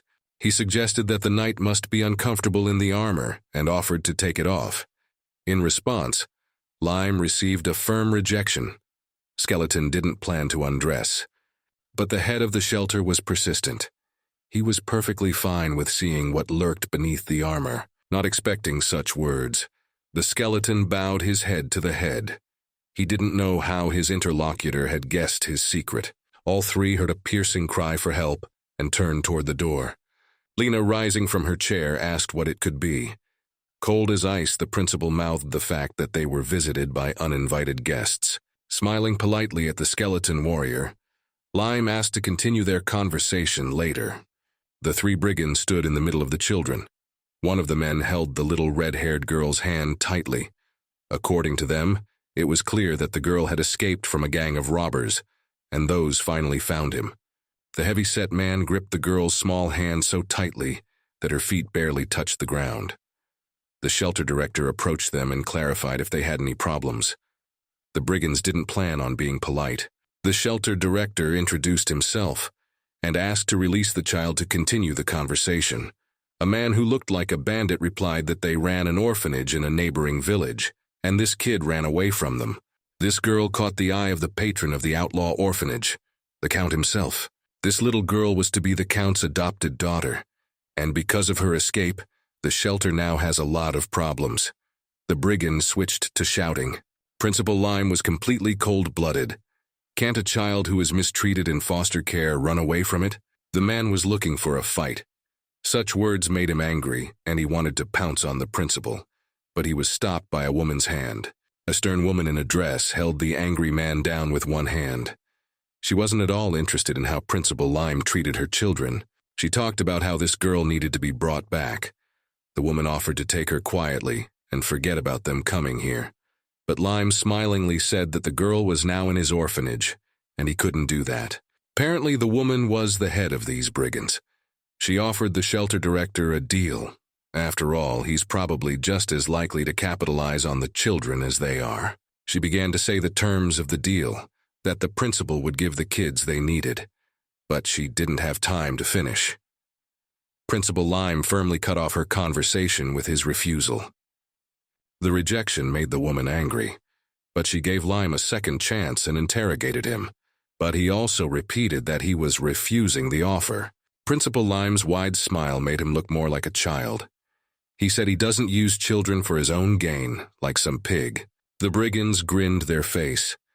They thought he was a smart enough guy and would want to settle the matter peacefully. But now it was too late. The woman ordered to kill the principal, and the two men drew their swords and rushed towards the guy. The skeleton warrior and Lena stood behind and watched. Skeleton wanted to offer his help, but the girl replied that she wasn't needed. Apparently, she knew what was going to happen next, and said that the only people who need help here are the idiots who trespassed on someone else's territory. The brigands were already near Principal Lime, and swung their swords to strike. The clangs of swords striking were heard. The woman reveled in victory. She thought the principal was a fool for not agreeing to her terms. She waited for the dead body. But I saw something unexpected. What she saw made her eyes pop out of her orbits and she sweated with fear. The woman watched her companions drown in the green liquid as it entered their bodies and suffocated before she could call for help. Principal Lime's hands produced this liquid. Green and viscous like a swamp it lingered. He asked, how do small and pure children grow up to be so ugly and stupid? The woman watched in horror. One of the principal's eyes was completely red. With that look, he looked more like a monster than a human. But his smile was still as innocent. The female brigand clenched her fists in terror. She screamed. She asked what the principal was. Principal Lime swung his arms and a fountain of green liquid headed straight for his opponent and surrounded her. She didn't have time to escape the wave coming at her and began to sink. She screamed, but no one came to her aid. The warrior skeleton took a step forward.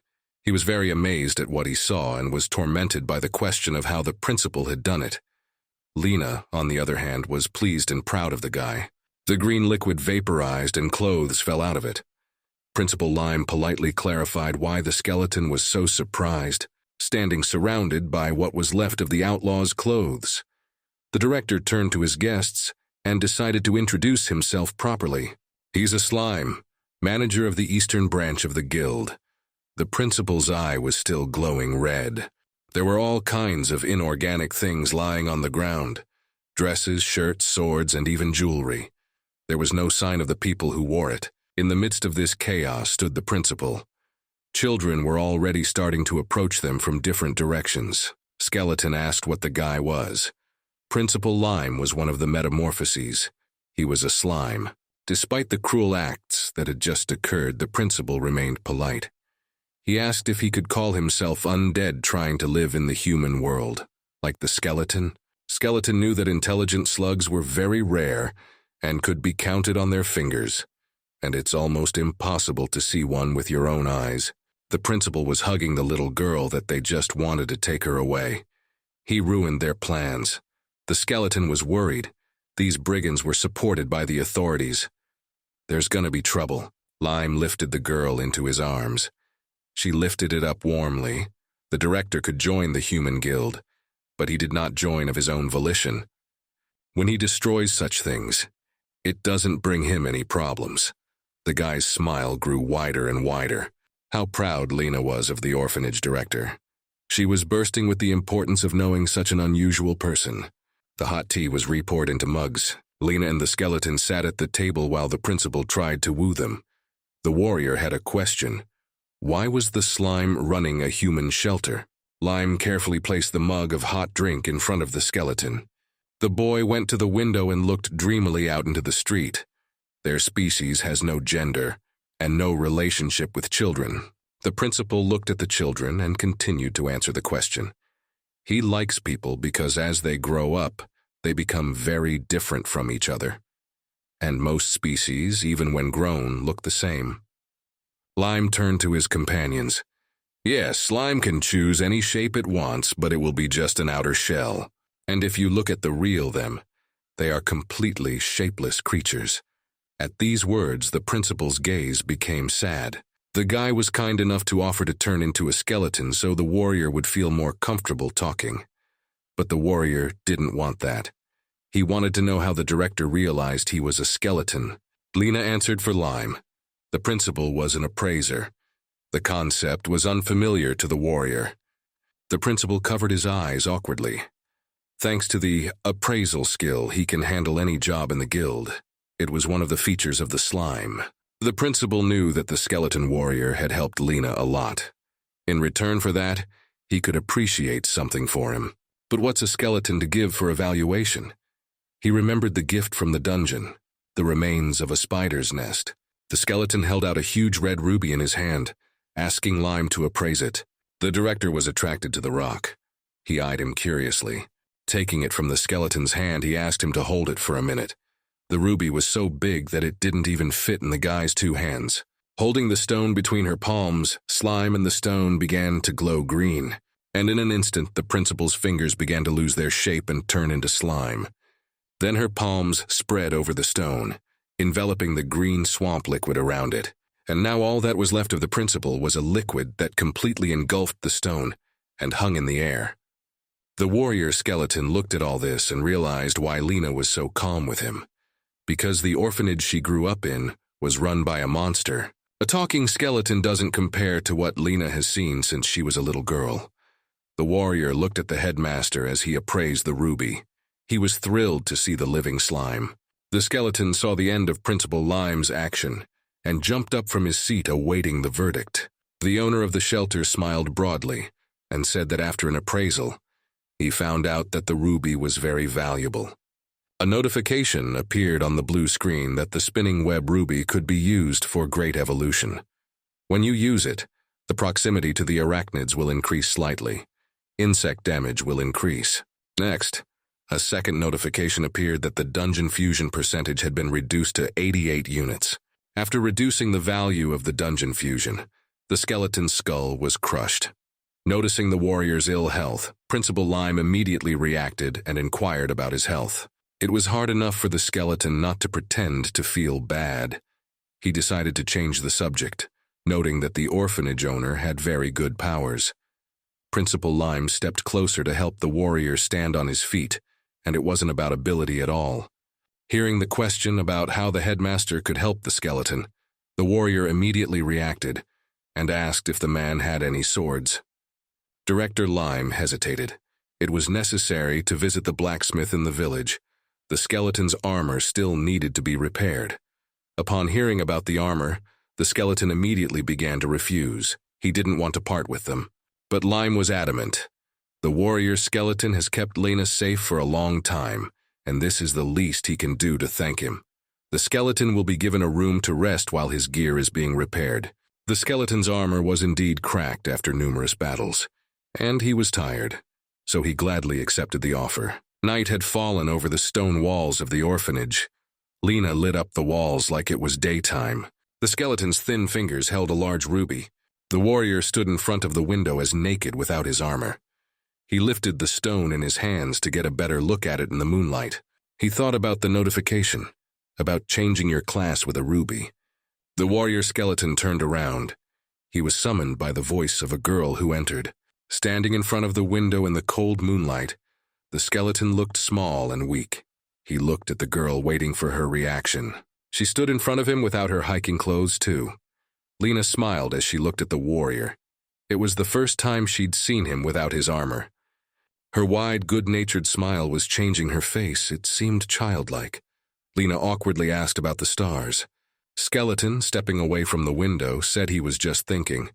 Lena was supposed to be with her sister right now, but Lena's sister was already asleep, and if a girl goes to bed with her, she'll ask to stay longer. At the mention of her sister, Lena lowered her head. She spoke sadly of dreaming of the day when they could live together. Skeleton hadn't expected to hear such a confession. He couldn't find the words quickly, so he just stared at the girl. Lena held out her golden pendant to the skeleton warrior again. She had already given it to a skeleton in a past life, That day was clearly in front of his eyes. Lena, without raising her eyes, talked about how she was too young to remember where he was from. But he was around her neck when the girl was left at the orphanage. The naked skeleton accepted the girl's medallion, but he didn't understand why she gave it to him. Lena still didn't look at the warrior in the same way. She said he would have the medallion exactly until the day she took over as manager and he accomplished his mission. The locket dangled and made a metallic sound. The gleam of metal slightly mesmerized the skeleton's gaze. Lena took in a full chest of air and raised her head. Putting a hand to her heart, she mustered up the courage to ask if the skeleton would stay with her after their pact was over. The skeleton looked at the girl. His eyes burned. This question had touched his heart so deeply, but the answer hung in the silence of the night. The companions continued to stare at each other in silence. The next day, when the sun was already reflecting brightly off the roofs of the shelter, the skeleton warrior had already tried on his armor after the repairs, and was pleased with the comfort it brought. The skeleton was glad the repairs only took one day. The director was worried that the warrior wouldn't be happy with the mending. Just like that, Lime held out the sword the warrior had requested. It was new, smooth, and sharp. Taking it in his hands, the skeleton marveled at the quality of the blacksmith's craftsmanship. The sword was strong and light. Skeleton couldn't be happy about such an acquisition. He raised the new sword in his hand and scrutinized it in the sunlight. The skeleton was restrained and said that this sword was quite good. The warrior apologized to the principal for causing no small amount of trouble, but the director was not bothered by these troubles.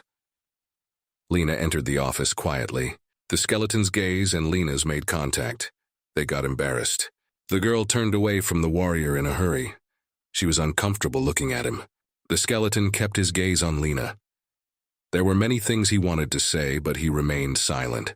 The director watched the behavior of the companions and did not understand what had happened between them in just one night. Principal Lime took a seat at his desk. He wondered where the skeleton warrior was going now. The warrior turned around. He didn't know where he should go. I guess he should be looking for a new dungeon, but I'm not sure if he should.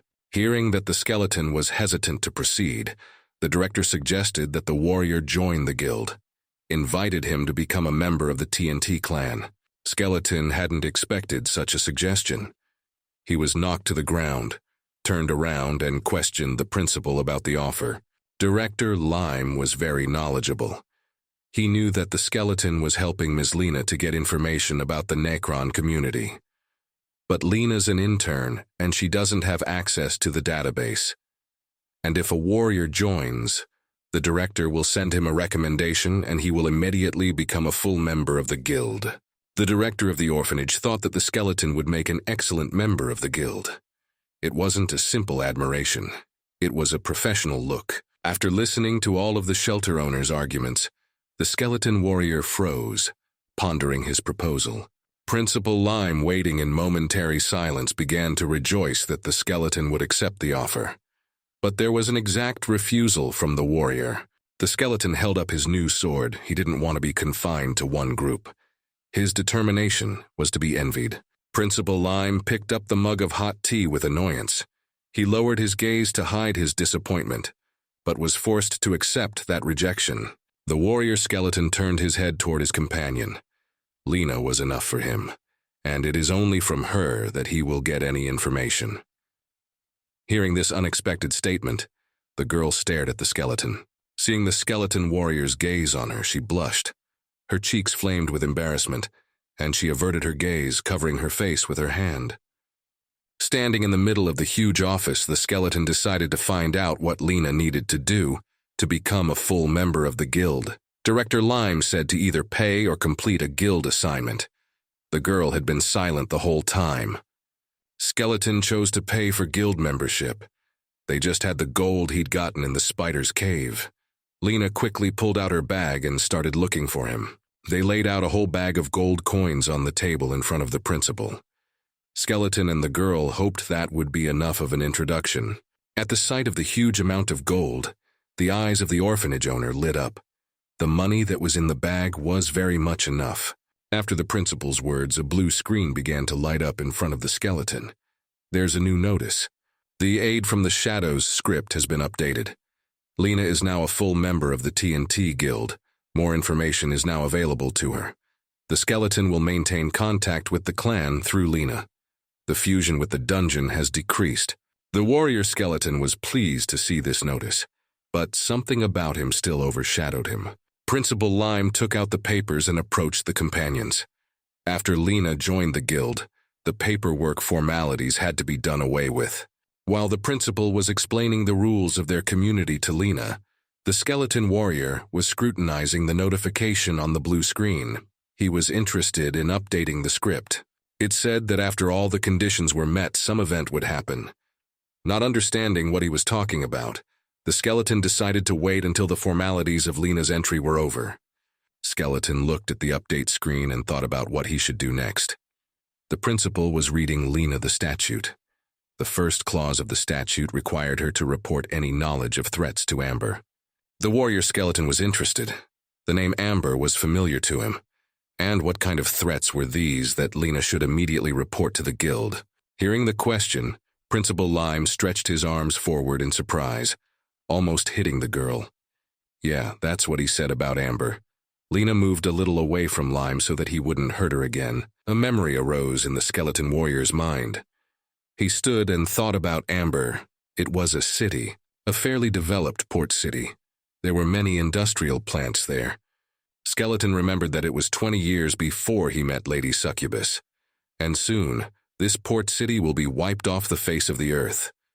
It will be taken over by the Freedom Alliance led by the crowned Prince Alton Clements II. It was a great war. Many soldiers died in this battle to seize power. The war lasted a long and agonizing 9 years. The town of Amber remained neutral in this war. But it was in the interests of the Empire to rule over a port industrial city. Amber was located between two warring forces, and on the way to victory, this city became the Empire's first bloody target. Skeleton asked why this town was mentioned in the guild charter. This question confused both Lena and Principal Lime. This information was classified, but Principal Lime trusted the warrior skeleton and decided to tell. This city was the headquarters of the guild. The skeleton stood in confusion. He knew a lot of things from his first past life, but he didn't know if he should tell his knowledge now. The warrior skeleton decided not to speak directly, but to come from far away. He decided to ask the principal a question, which caught his attention. Skeleton assumed that the Empire, in a war with the Alliance, would want to attack Amber because of its strategic importance. Would this situation constitute a statutory threat to the security of Amber? Principal Lime became serious. He was surprised at the information, and that the skeleton was very aware of the Empire's plans. But the skeleton was absolutely right to consider it a threat to the safety of Amber. Amber is both geographically and strategically a good target for the Empire. But the guild members had already calculated such an option and prepared a good response to any actions of the Empire. Principal Lime stopped talking and returned his attention to the charter. Skeleton wanted to know what kind of answer they had prepared, but Principal Lime said he wouldn't say more than that. Everything else was kept in strict secrecy. Principal Lime shook hands with a happy Lena. She was finally a full member of the guild. The girl was very happy and grateful. The skeleton warrior decided not to hesitate. He asked the question head-on. How does Lena become a branch manager now? The principal laughed. In his opinion, there was no hurry. Lena had just become a member of the guild. Such an onslaught left the girl a little shocked, but the skeleton was persistent. Advancing the girl's career was his priority right now. It was beneficial to both her and him. The expression on Principal Lime's face quickly changed. It's become businesslike. He was picking up an assignment for the companions, and that's the kind of assignment she had. The guild recently received one interesting request. One girl alone will not be able to cope with it, but if the warrior skeleton helps her, Lena will be waiting for a promotion after fulfillment. Lena realized that this assignment was going to be very difficult, possibly fatal. She was scared, and she looked at the warrior waiting to answer with a decision. Principal Lime stood in front of the skeleton waiting for an answer. He liked the persistence of his interlocutor, and he knew that a skeleton warrior would be up to the task. The skeleton stared ahead. It was a difficult and responsible choice. Not only his life was at stake, but the girl's life as well. A choice appeared on the blue screen. Should I accept the offer? Yes, no? People were welcomed by Ramon, the host of the annual tournament. They were in the city of Ariston. The host was a tall, thin man with glasses. He was cheerful and cheerfully called everyone to participate. This annual tournament brought together all the valiant knights, the strongest fighters in the Empire. All have come here to test their strength and honor. Host Ramon was already feeling the general jubilation before the battles himself. Behind the man was the arena. To choose the strongest soldier in the Empire, everyone was wondering who was going to be him. Raising his hand to the sky, Host Ramon was pleased to announce the start of the Arasta City tournament. The people gathered in the arena rose from the bleachers. They cheered loudly, waving their hands. Men whistled and shouted. The noise could be heard far away from the arena. The men in the stands were well prepared for the tournament. They were wearing armor, and the friends had already had quite a few drinks to make watching the battle more fun. Very few people were dissatisfied with this contest. Perhaps they didn't like the hype that was made about it. Host Ramon introduced the first contestant. It was a giant who crumbled his opponents with a huge hammer. He was a member of the Bronze Ring Hiring Company. A huge man appeared in front of the stands, whose clothes had been torn off. But judging by his size, it was very difficult for him to find one. On her head was a huge horned helmet. Smiling broadly, he held a hammer as huge as himself on his shoulders. The man's name was Dismembered Jacob Isaac. Seated in the bleachers were friends and members of the Giacote gang. They all shouted for him to tear up his opponents. They even bet all their money on him. He had better not lose and set his friends up. Host Ramon looked carefully at the list. Jacot's opponent was a contestant who was making his first appearance in this arena to compete. A man in a cloak appeared at the entrance. The sun reflected his face and only his silhouette was visible. He shouted that he would bring glory to his people in Jinei. It was a warrior, a skeleton in all his gear and valor. He was introduced as Sir Jagan. The warrior's armor gleamed in the sun, and his statuesque appearance looked very warlike. Host Ramon shouted out the preparations of the participants for battle. The skeleton warrior drew his sword from its sheath, and Jacob Isaac lowered his hammer ready to strike. Host Ramon lowered his hand sharply with a shout of the start of the contest. The skeleton warrior stood still in a fighting stance, and Jacob rushed with all his might at his opponent. He ran so fast that his surroundings were obliterated. He saw only his goal in front of him, and prepared to raise his hammer to crush it. The skeleton drew his sword forward in anticipation and the approach of his opponent. He didn't seem at all afraid that the big guy might kill him. A tremendous amount of dust rose from the ground. It was Jacob Isaac who pushed himself harder and jumped up. He intended to launch his airstrike, right on the enemy's head. The skeleton warrior watched his opponent's movements carefully and was ready to repel any blow. The shadow of a huge, heavy hammer was already looming over the skeleton warrior's helmet. It's about to hit. I don't think the skeleton's gonna make it. The impact was quick and loud. As the hammer made contact with the target, sparks sprinkled in different directions. The sound was so loud it sounded like a bomb went off. Before the tournament begins, the skeleton warrior holds a letter of invitation to the tournament. This letter entitles the holder to become a participant in the tournament. It was a request from one of the families in Jinai. They would like to hire someone to play in the tournament for them. Skeleton didn't understand how the head of the household could allow a stranger to fight for their family's honor. Doesn't Jinai have any knights of her own? The director explained that this family was preoccupied with trading operations instead of training knights. They achieved their title by accumulating wealth through the leather business and trade. They want to hire a decent fighter to avoid pressure from the tournament sponsor. Warrior, Skeleton clarified what kind of sponsor this tournament has. The director, looking at the papers, replied that it was Lord Erasta. The name was like lightning that pierced the skeleton's memories. This lord was from the Ray family, and was the younger brother of the late lord. In Director Lime's hand was the Jinya family's contract with their knight. They offered to pay 2 Cyron for each victory, but after passing the 8th round at no additional cost. It seemed fair to the director, after all. They were only hiring a warrior for themselves, and didn't want to draw attention to themselves. Director Lamb turned to his interlocutor and repeated his question. He wondered if the warrior, the skeleton, would accept the assignment. The brown horse tromped slowly down the road. She had to pull the heavy wagon behind her. On the edge of the wagon, holding on tightly and in complete silence, rode a skeleton. Behind him lay hay. Lena was also riding with him. She was very thoughtful. Na leaned on the edge of the wagon, and her thoughts seemed to scream and make her uncomfortable. The silence was broken only by the owner of the wagon. He was quietly humming some kind of tune. A long distance past mountains and forests, they were all alone. Two quarreling friends, a horse and its master. The girl and the skeleton didn't look at each other. Everyone is absorbed in their own thoughts. The Ray family in Erasta, it was like a skeleton mockumentary. Erastus was Rubia's hometown. This lord was Rubia's uncle, and most likely the same lord who killed his older brother and tried to kill his only niece. Skeleton thought about whether or not he should kill this lord. Unexpectedly, Lena decided to start a conversation.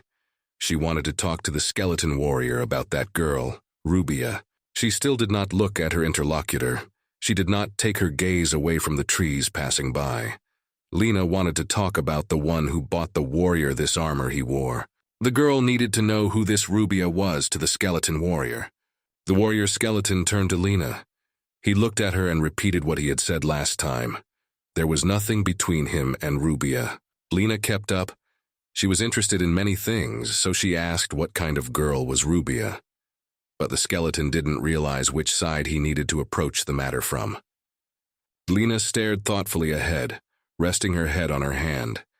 She thought of Rubia as an interesting person. The wheels squeaked as they moved. Lena spoke her thoughts aloud. She thought Rubia's skeleton would have answered differently. The warrior skeleton sat up straight. He didn't know what to say to his companion. Her nighttime image appeared before his eyes.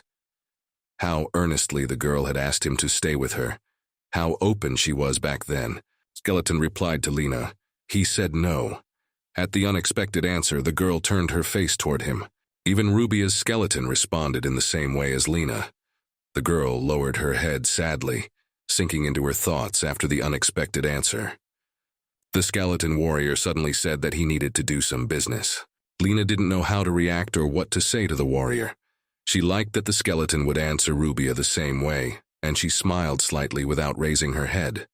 The wagon master turned to his passengers. He turned to the girl and warned her that they were almost there. Erastus could already be seen in front of them. Lena raised her head at the sound of the voice and looked ahead. A poster hung in front of the stone walls. It had a huge inscription on it that said that this was where Erastus's tournament was being held. There was a huge line in front of the entrance. There were all kinds of people there, men, women, and children. People came in families and companies to see such an event. The line was so long that the people at the end of it couldn't see the entrance. Everyone was preparing for the event, and many workers were walking past guests with boxes and tools to prepare for the tournament. In this huge, slow line stood Lena and the skeleton. Lena scrutinized everything around her. She was amazed at the sheer number of people who came here. This event was very popular. Suddenly, Lena heard a shout from the tent out front. A man was yelling and calling for participants.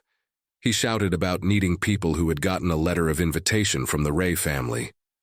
The girl quickly ran up to the tent and announced that she wanted to check in. Such a statement left the owner of the tent confused. The man looked at the girl and could not believe that she was going to participate in the tournament, and he asked her if she was sure of her decision. But then the skeleton appeared in his huge, shiny armor. He motioned his companion over and announced that he would be the participant. The man asked where the warrior was from. The skeleton handed him a letter of invitation and told him that he came from Jinya. An elderly man rose from his seat and opened a huge account book. He spent a long time running his fingers over the pages and turning them in search of the Genesee family, and I finally found it. There was a record of such a family's participation. The coat of arms of the Genesee family was a huge eagle. Such a seal was in the book. The man, having made sure that the warrior in front of him could really participate, said that it was now necessary to register and asked what the warrior's name was. But the skeleton didn't have a name. He never thought about what name he had or what name he wanted to carry. The man, pen in hand, was still waiting for the name of the participant to be registered. The skeleton questioned the shopkeeper in desperation. Should he tell him his name? The man rudely replied that, yes, that was a prerequisite. The warrior skeleton stood, choosing his words. He didn't know what his name was. The older man was starting to get angry. He stared menacingly at the warrior, waiting for his name to be called. He shifted his eyebrows to his nose and prepared to scream in anger if the man didn't identify himself. Lena was frightened by the shopkeeper's fierce appearance and began to quickly think of something to calm him down with. The warrior skeleton was still as silent as ever. She walked over to the bench and tried to calm the owner down. She said the warrior was very shy and laughed. The man relaxed his face a little. And then the girl and the man heard the name, Jagan. They both turned toward the skeleton to make sure he was the one who called his name. A skeleton stood next to the tent and looked at the people who were staring at him. No one, not even he himself, had expected to give his name. The warrior skeleton repeated his name once more. His name was Ser Yagan. Screams could be heard from behind the high stone walls. Someone was calling out to the tournament participants. Down below that wall stood a stunned Lena. She couldn't believe her companion's name and called him by his familiar title, Warrior. Many people crowded around the companions. Everyone was getting ready for the tournament to begin, and all the girl cared about was that the skeleton warrior had a name, but the skeleton said it wasn't. That's not his name. The warrior skeleton crouched down and picked up his sword.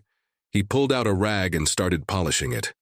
Lena didn't understand how it wasn't his name, but the skeleton made up that name for the sake of registering for the tournament. While the girl was busy coming up with a name for the warrior, the skeleton thought about what would happen to a weakened humanity after the war. 16 demon lords will descend upon mankind and chaos will ensue. People are going to start freaking out. They will die and the corpses of the humans will form a throne for the demons. The name the skeleton called was a compound name. The part of Ser belonged to one of the 16 demons of the destroyer, Sarah, and the second, Jagan, he took from a ferocious minotaur.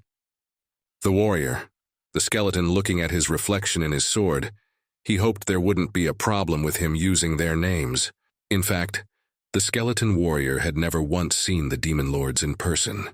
Even among the monster army, the skeleton was at the bottom of the hierarchy. He lived like a regular necromancer doll, and his life was an absolute hell. He was living like a perpetual nightmare. But one day, among the hordes of skeletons, a beautiful mistress appeared near the dungeon wall. It was his beloved lady Succubus. He remembers her as if she were real. It is majestic and beautiful, and her kind, bright smile was on her face. Skeleton can't imagine what would have happened to him if they hadn't met. Lena asked the pensive skeleton what his real name was then. The skeleton raised its head and looked at the girl. She never wasted time, always talking about what she cared about at the moment. Lena scratched the back of her head shyly. She never thought there was another talking skeleton, and his name had never mattered to her. But the skeleton warrior didn't know his name. This turn of events made the girl think about her words. The skeleton rose from his seat. His broad back was manly, but even he never knew his name. The fact that no one knew the skeleton's name pleased Lena. Now she could come up with a name for the warrior herself. Skeleton decided to talk her out of it. He was doing quite well without a name. The names suggested were all skull-related. Black Skull, Captain Skull, Iron Skull, and so on. While the girl stood there thinking up ridiculous names for her interlocutor, someone said hello to the tournament participants. There were 2 men standing near the entrance to the preparation area, a security guard and a second man in a white suit that looked like a cook. He announced that the competition would begin tomorrow, but now they would be offered lunch and given restrooms. The man in white loudly continued his announcement. If tournament participants need anything outside the castle, they just need to tell the organizers. The skeleton warrior listened to all this and thought about the fact that Rubia had once lived in this castle. When one of the organizers finished his speech and headed for the exit, the skeleton ran after him. He started to stop him. The man was intimidated by such a push from one of the participants, but the skeleton was interested in where the library was located here. The male organizer looked at the warrior strangely. He didn't understand why he needed the library. The skeleton answered simply. The library had what he was looking for. The library was a huge room. Tall shelves were filled with books. A tall ladder was needed to get the books from the top shelf.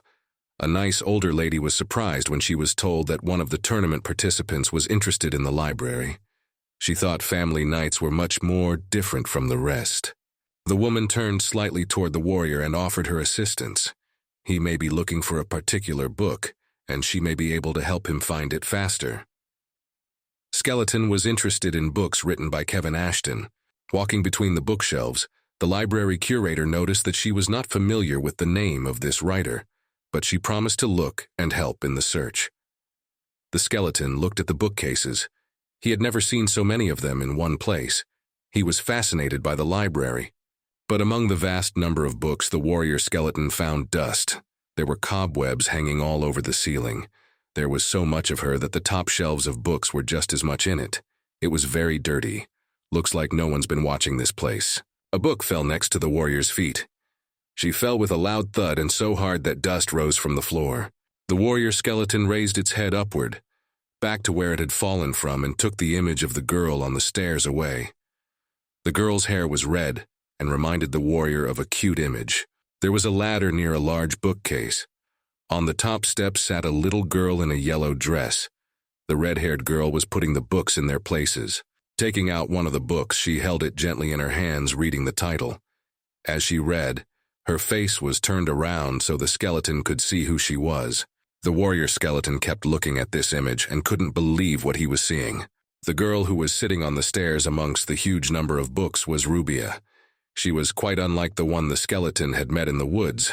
This one was calm, youthful, and beautiful. She was passionate about reading books, not running away to survive. While the skeleton warrior was looking at the image that had suddenly appeared, the keeper of the library approached him. She found Kevin Ashton's book. They had one of his short stories. Slightly startled by the woman's sudden appearance, the skeleton lowered its head. The woman handed him a book in a thick green cover. The title of the novella sounded like The Splitting of Time. The skeleton gratefully accepted it. Upon receiving the long-awaited publication, the skeleton scrutinized the information on the cover. It was the book specifically by writer Kevin Ashton that brought him wisdom points. The keeper of the library stood beside the warrior, in case her help was still needed. But the skeleton warrior raised his head sharply upward, hoping to see the image of the girl again. But there was an empty ladder standing lonely next to the closet. The skeleton warrior looked sadly at the spot where he had seen Rubia a moment ago, but she didn't show up again. The library keeper noticed the red-covered book that lay at the warrior's feet. How could she have ended up on the floor?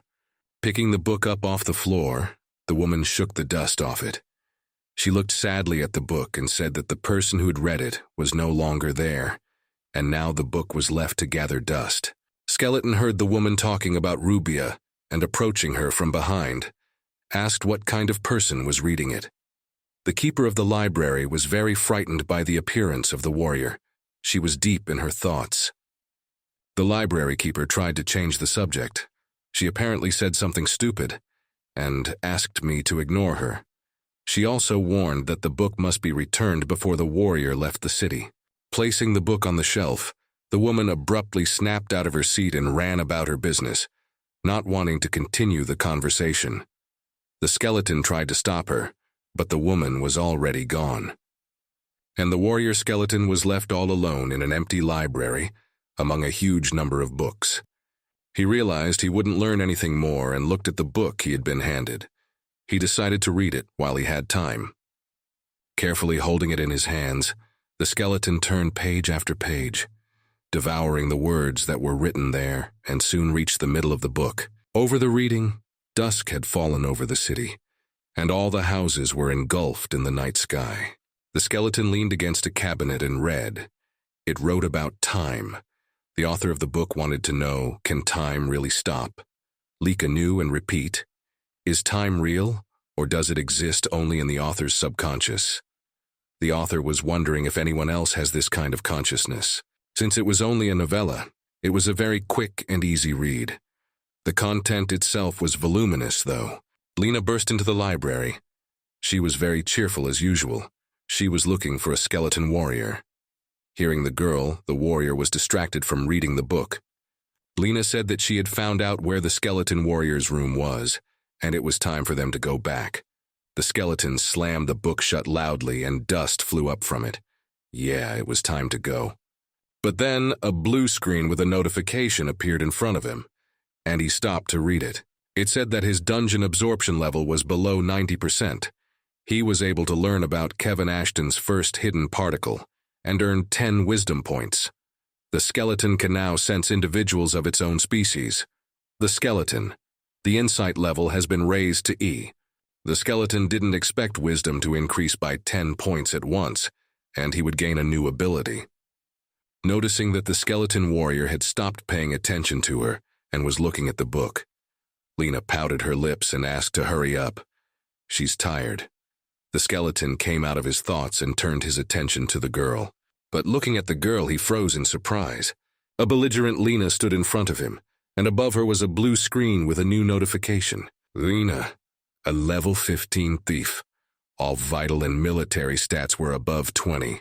Predisposition to skeletal level 40. A sword was flying in the air. The movements were so fast. It was impossible to keep track of where he was. The warrior skeleton was walking down a huge corridor and practicing wielding his sword. With another step and a wave of his hand, a blue screen appeared in front of him. He's been showing up a lot lately because of events. Stopping, the skeleton decided to take a break from his workout and read what the screen would show him this time. His vitals were there. The space for the skeleton's name, as always, was left blank. His level was 23rd or hidden 65th. His passive abilities were level 5 swordsmanship, but his speed was only level 1. The skeleton was worried about the swordsmanship skill. He didn't want to grow up at all. The skeleton warrior wanted to know what the limit of this ability was, but apparently normal training wouldn't tell him. And he was also worried about the bonus insight. Lena ran toward the warrior down the hallway. She was disturbed about something and was calling loudly for him. The girl urged him to hurry. It has already been announced that the tournament is about to begin. Lena was excited.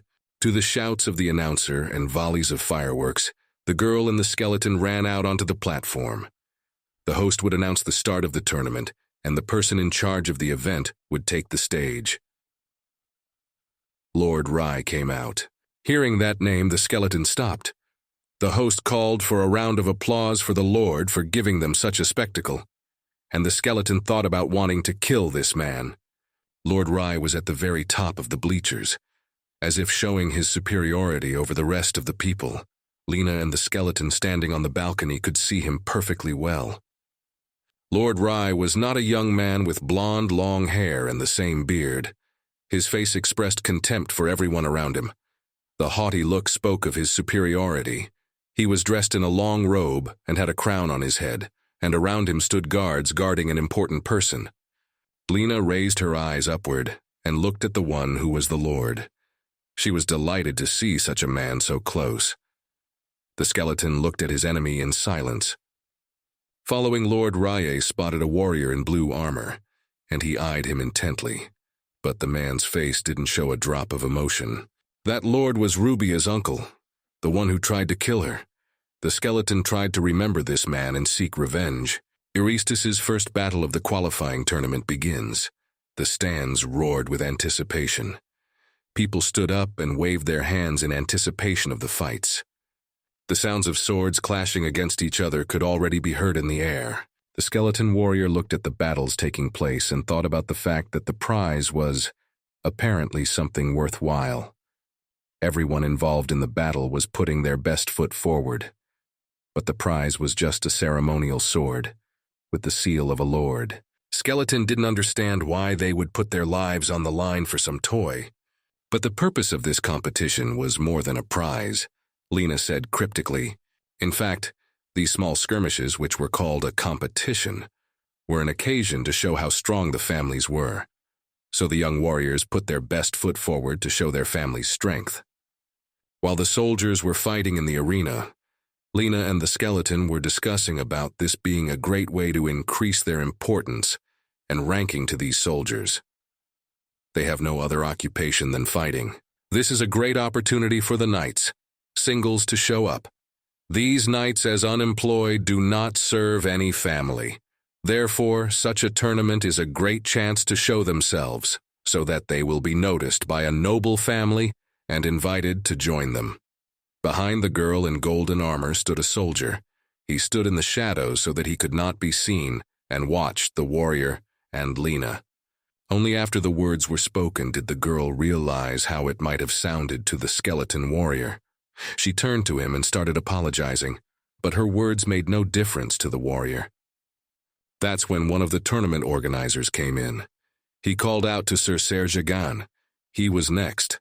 Preparations had to be made. As the skeleton warrior walked away following the organizer, the girl shouted supportive words to him. She wanted him to beat everyone in the arena. But the skeleton warrior quietly said as he left that he planned not to stand out among the other participants of the tournament. Looking in the wake of her warrior, Lena thought about what a joker he was. He's the best of the lot. He can't help but stand out. And so the warrior skeleton stood in the middle of the huge arena. Opposite him stood his opponent, and from the high bleachers, spectators looked on in anticipation of the battle. Everything is ready for the contest to begin. Host Ramon repeated the rules of the contest. The fight lasts until one of them loses the ability to fight. The fight can also end if one of the contestants goes over the edge of the arena. The skeleton standing in the middle of the arena assessed the situation.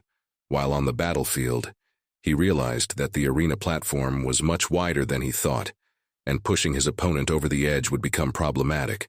The skeleton warrior's opponent did not consider him a worthy opponent. He looked down at him, and he couldn't understand how such a scrawny freak could be a knight of the royal family. Jakoth Isaac thought about how he could easily nail this warrior with his smashing hammer, and the royal family would make him a knight of the family. He looked at his opponent and smiled. The warrior skeleton continued his assessment. This time he turned his attention to his opponent. He had a huge hammer in his hands, too big for a human, and the man across from the skeleton was not small in size. He decided to see if he was as strong as he looked. A blue screen appeared above Jakoth Isaac. The power of discernment was utilized. While that huge subhuman smirked, the warrior calculated the steps to victory. Jakoth Isaac's abilities appeared on the blue screen. He was a 22nd level warrior. Health was level 56 and strength was level 35, and the dexterity and wisdom of the 15th. The warrior skeleton was ready to attack, and that's the moment before the punch. Jakoth Isaac flies straight at the warrior, ready to crush him with a single blow of his hammer, and the skeleton stands ready to repel the attack. Jakoth Isaac with a cry, Dai puts down his hammer. He's confident of winning with one punch. The people in the bleachers rose from their seats. They scream and cheer at the transience of this battle. From a nice jump shot there by Jakoth Isaacs. The skeleton warrior holds his sword firmly in his hands. His opponent is huge but also very slow. A huge cloud of dust rose from Jakoth Isaac's collision with the ground. Because of the density, there was no way to see what was going on, but it was clear from the rumble that it was over. A huge dent appeared in the arena platform. The stones that made up the arena cracked into small pieces. Jakoth Isaac smiled. All he could think about was what an easy victory this was.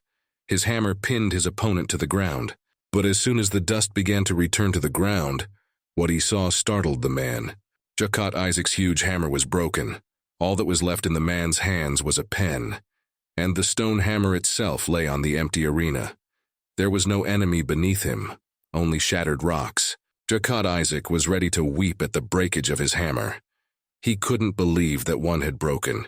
He wondered how this could have happened, and the skeleton warrior was already standing at the other end of the arena.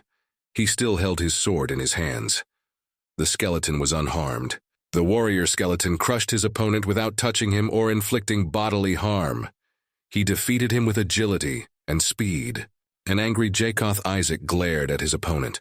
He didn't notice his movements. How could he be there? How did he stay in one piece? Such questions were swirling around in the man's mind. Jakoth Isaac could not believe that the warrior in front of him had broken his hammer and moved to the other side of the arena in such a short time. The hammer as well as the stones of the arena, were broken into pieces. The skeleton warrior offered his opponent to surrender since he was unarmed. The two opponents stood in the middle of the arena and looked at each other. But Jakat Isaac didn't plan to give up. He was too angry after losing his weapon, and he doesn't need it to kill someone like his opponent. The skeleton's words sounded too arrogant for him.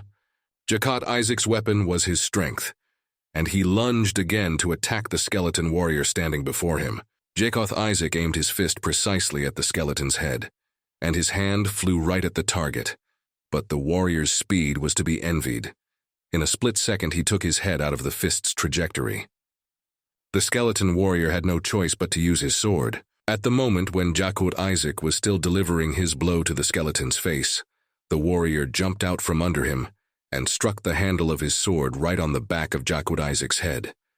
The blow was apt, and Jakat Isaac lost his balance and began to fall.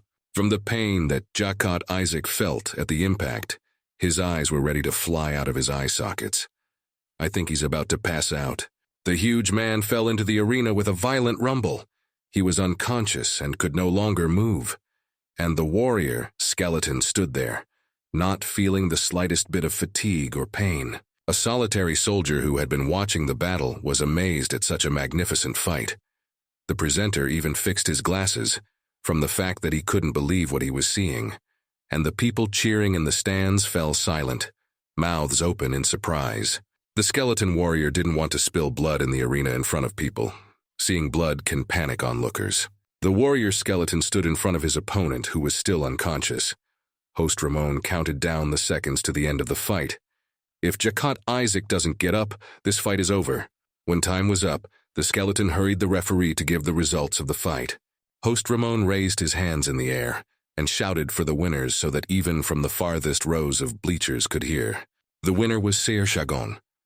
The spectators in the stands roared loudly. The skeleton stood in the middle of the arena, mesmerized by these voices. The skeleton warrior twisted his head around and listened. He didn't realize what kind of reaction those screams were getting. Standing on the balcony where the skeleton had left her was Lena. Though the skeleton planned to keep a low profile, he failed. After the first fight, he left a good impression on the audience. On the blue screen was the next opponent's data. The name is Edward Klein, a level 17 fighter. Health on the 27th. Dexterity is level 36. Wisdom is 7. Strength is 15. A man was attacking a skeleton warrior with spears. He was thin and fast. He was dressed no better than the previous one and looked like an outlaw with a helmet. Still, the warrior was faster. While Edward Cullen was running in his attack, the warrior skeleton was right in front of him. The sudden appearance of his opponent made Edward stall and startle. With a quick movement of his hand, the skeleton warrior flipped his sword over and stabbed his opponent in the stomach with the hilt. From the intense, sharp pain, Edward Cullen began to cough. He couldn't keep his balance and fell into the arena with a heavy sack. The only thing left for the skeleton warrior was to step aside and not interfere with the fall. The people in the stands cheered. They rose from their seats and shouted to the new champion. They liked the way the warrior skeleton conducted his fights. The skeleton's next opponent was Jean Phillip. He was a 29th level warrior. Health is 42nd level, strength is 31st level, dexterity is 8th level, and wisdom is 2nd level. This opponent was not tall, but of a rather large build. His weapon of choice was a dagger, a thick and sharp arrow on a long chain. He waved it around like a ribbon. The warrior skeleton was confident of his victory. He stood still without a shadow of a doubt, and with a single sword motion, he caught the chain of the dagger, winding it around the sword point. Jean Phillip didn't yet realize what was happening.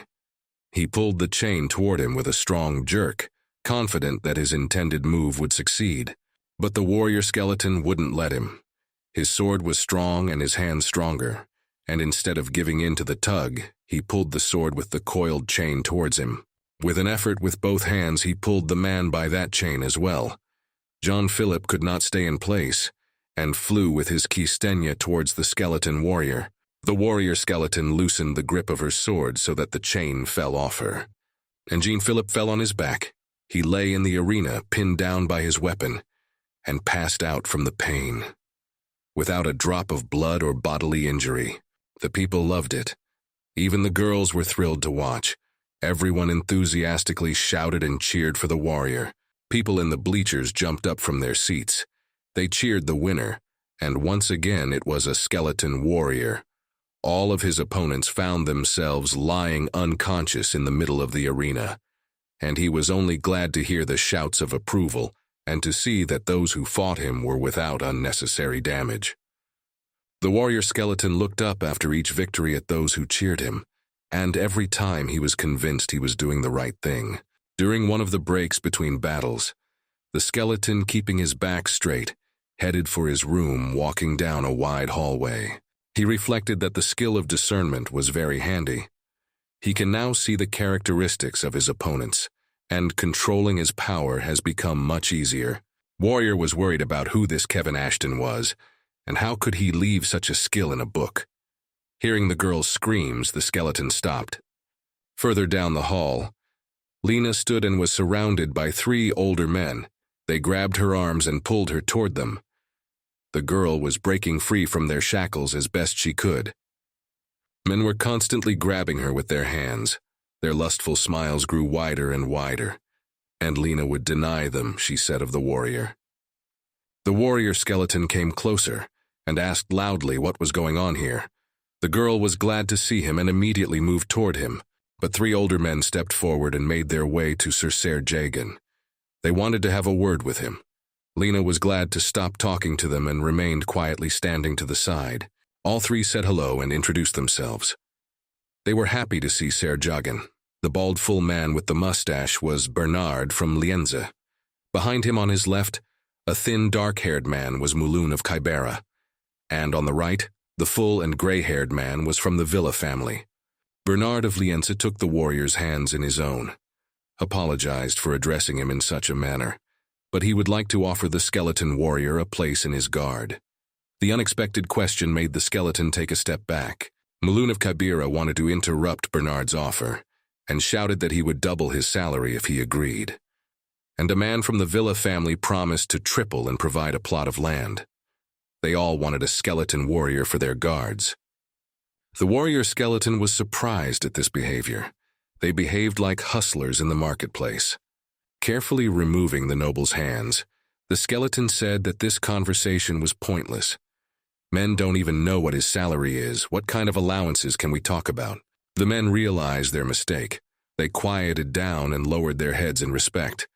They promised not to hurt him with money anyway. The skeleton warrior stood with his back to the nobles and firmly said that he wasn't interested in money. The warrior skeleton slowly, emphasizing each word, began to talk about the one thing he was interested in. The 3 noble men froze in anticipation of his recognition. Everyone wondered what interested a warrior more than money. The warrior skeleton proudly straightened his back, not turning fully towards the nobles, muttered that only Jinai mattered to him. The skeleton proudly pronounced what they needed to remember, the fact that he would never turn his back on the Jinai family. Lena stood behind the warrior and rejoiced at the handsome way he had refused the insolent nobles. Bernard of Lienza realized the hopelessness of the situation, but still mumbled that he might reconsider his decision in their favor. They will hope so. There was a man's shout. He, mouth wide open and yelling about how all humans are noisy as hell. His hair was long and hid his eyes. In one corner behind a column, a sleepy man stood up. The nobles turned around at the shouts and glared at whoever they had disturbed from sleeping. The man was drunk. There was a liquor bottle lying beside him. He was hiccuping as he spoke, and his face was red from sleep and alcohol. He talked about how the waiting room for participants was like a market stall. The waiting room for the participants was guarded by guards. A drunken man ordered them to escort the nobles out. Because of the noise they made, he as a participant cannot rest. The guards stood in awkward silence. The warrior, a skeleton, and Lena stood beneath the columns and watched as the guards led Bernard out of Lienza. Mulun of Kybera, and a gray-haired man was from the Villa family. Beside the disgruntled soldier stood a sword. A sleepy man picked up an unfinished bottle of liquor and swore at the nobles. Because of those damn men, he won't be able to sleep now. The skeleton warrior was interested in the man and asked the girl, "Who is it?" The girl glared at the soldier who was drinking before the fight. It was the warrior's next opponent. The skeleton muttered to her. The drunken man ordered the guard to approach him, and the skeleton couldn't believe he'd have to fight a drunk. How did a man like that even make it to the quarterfinals? But the skeleton warrior decided to use his ability of discernment and proceeded to assess his opponent. While the drunken man argued with the guards, the skeleton studied the inscriptions on the blue screen that appeared above his head. His name was Tybalt Reynold. This is the only information that was available for the evaluation. The information the warrior skeleton saw puzzled him greatly. He didn't understand why he couldn't see his stats. And the drunken man, still sitting on the bench, tried to get the guard to approach him. The warrior skeleton decided to try once more to use his ability of clairvoyance. He put his fingers to his temples, thinking it would work better that way. But no other information appeared on the blue screen. His opponent's name was Tybalt Reynold, and information about strength, health, agility, and wisdom was still just as absent. The skeleton warrior looked puzzled at his opponent. He didn't understand why the other information never showed up. Tybalt Reynold laughed while talking to the guard. He was amused by the information about his opponent, but even though they had a fight coming up, the man wouldn't let the bottle of alcohol out of his hands. Erastus' quarterfinal battle was beginning. Introduced the skeleton warrior. He is the newcomer who came out of nowhere, the newcomer that Sir Jagan has managed to win the hearts of the audience. And his opponent is the incredibly fast Sir Tybalt Reynold. Apparently, the skeleton's opponent was very ill from the huge amount of alcohol he drank shortly before the tournament. Tybalt Reynold could barely contain his pressure and turned to the host Ramon. He urgently needed the nearest restroom. Host Ramon couldn't let him leave the arena. The battle is about to begin. But it seems his name was Tybalt Reynold is about to burst with little need. The warrior skeleton was still thinking about why the discernment skill wasn't working. While his name was Tybalt Reynold, and host Ramon argued about where and when a contestant should go to relieve his or her need. The host stood his ground. It was too late to leave the arena. Host Ramon apologized to viewers for the slight delay. As of right now, both competitors are ready for the fight.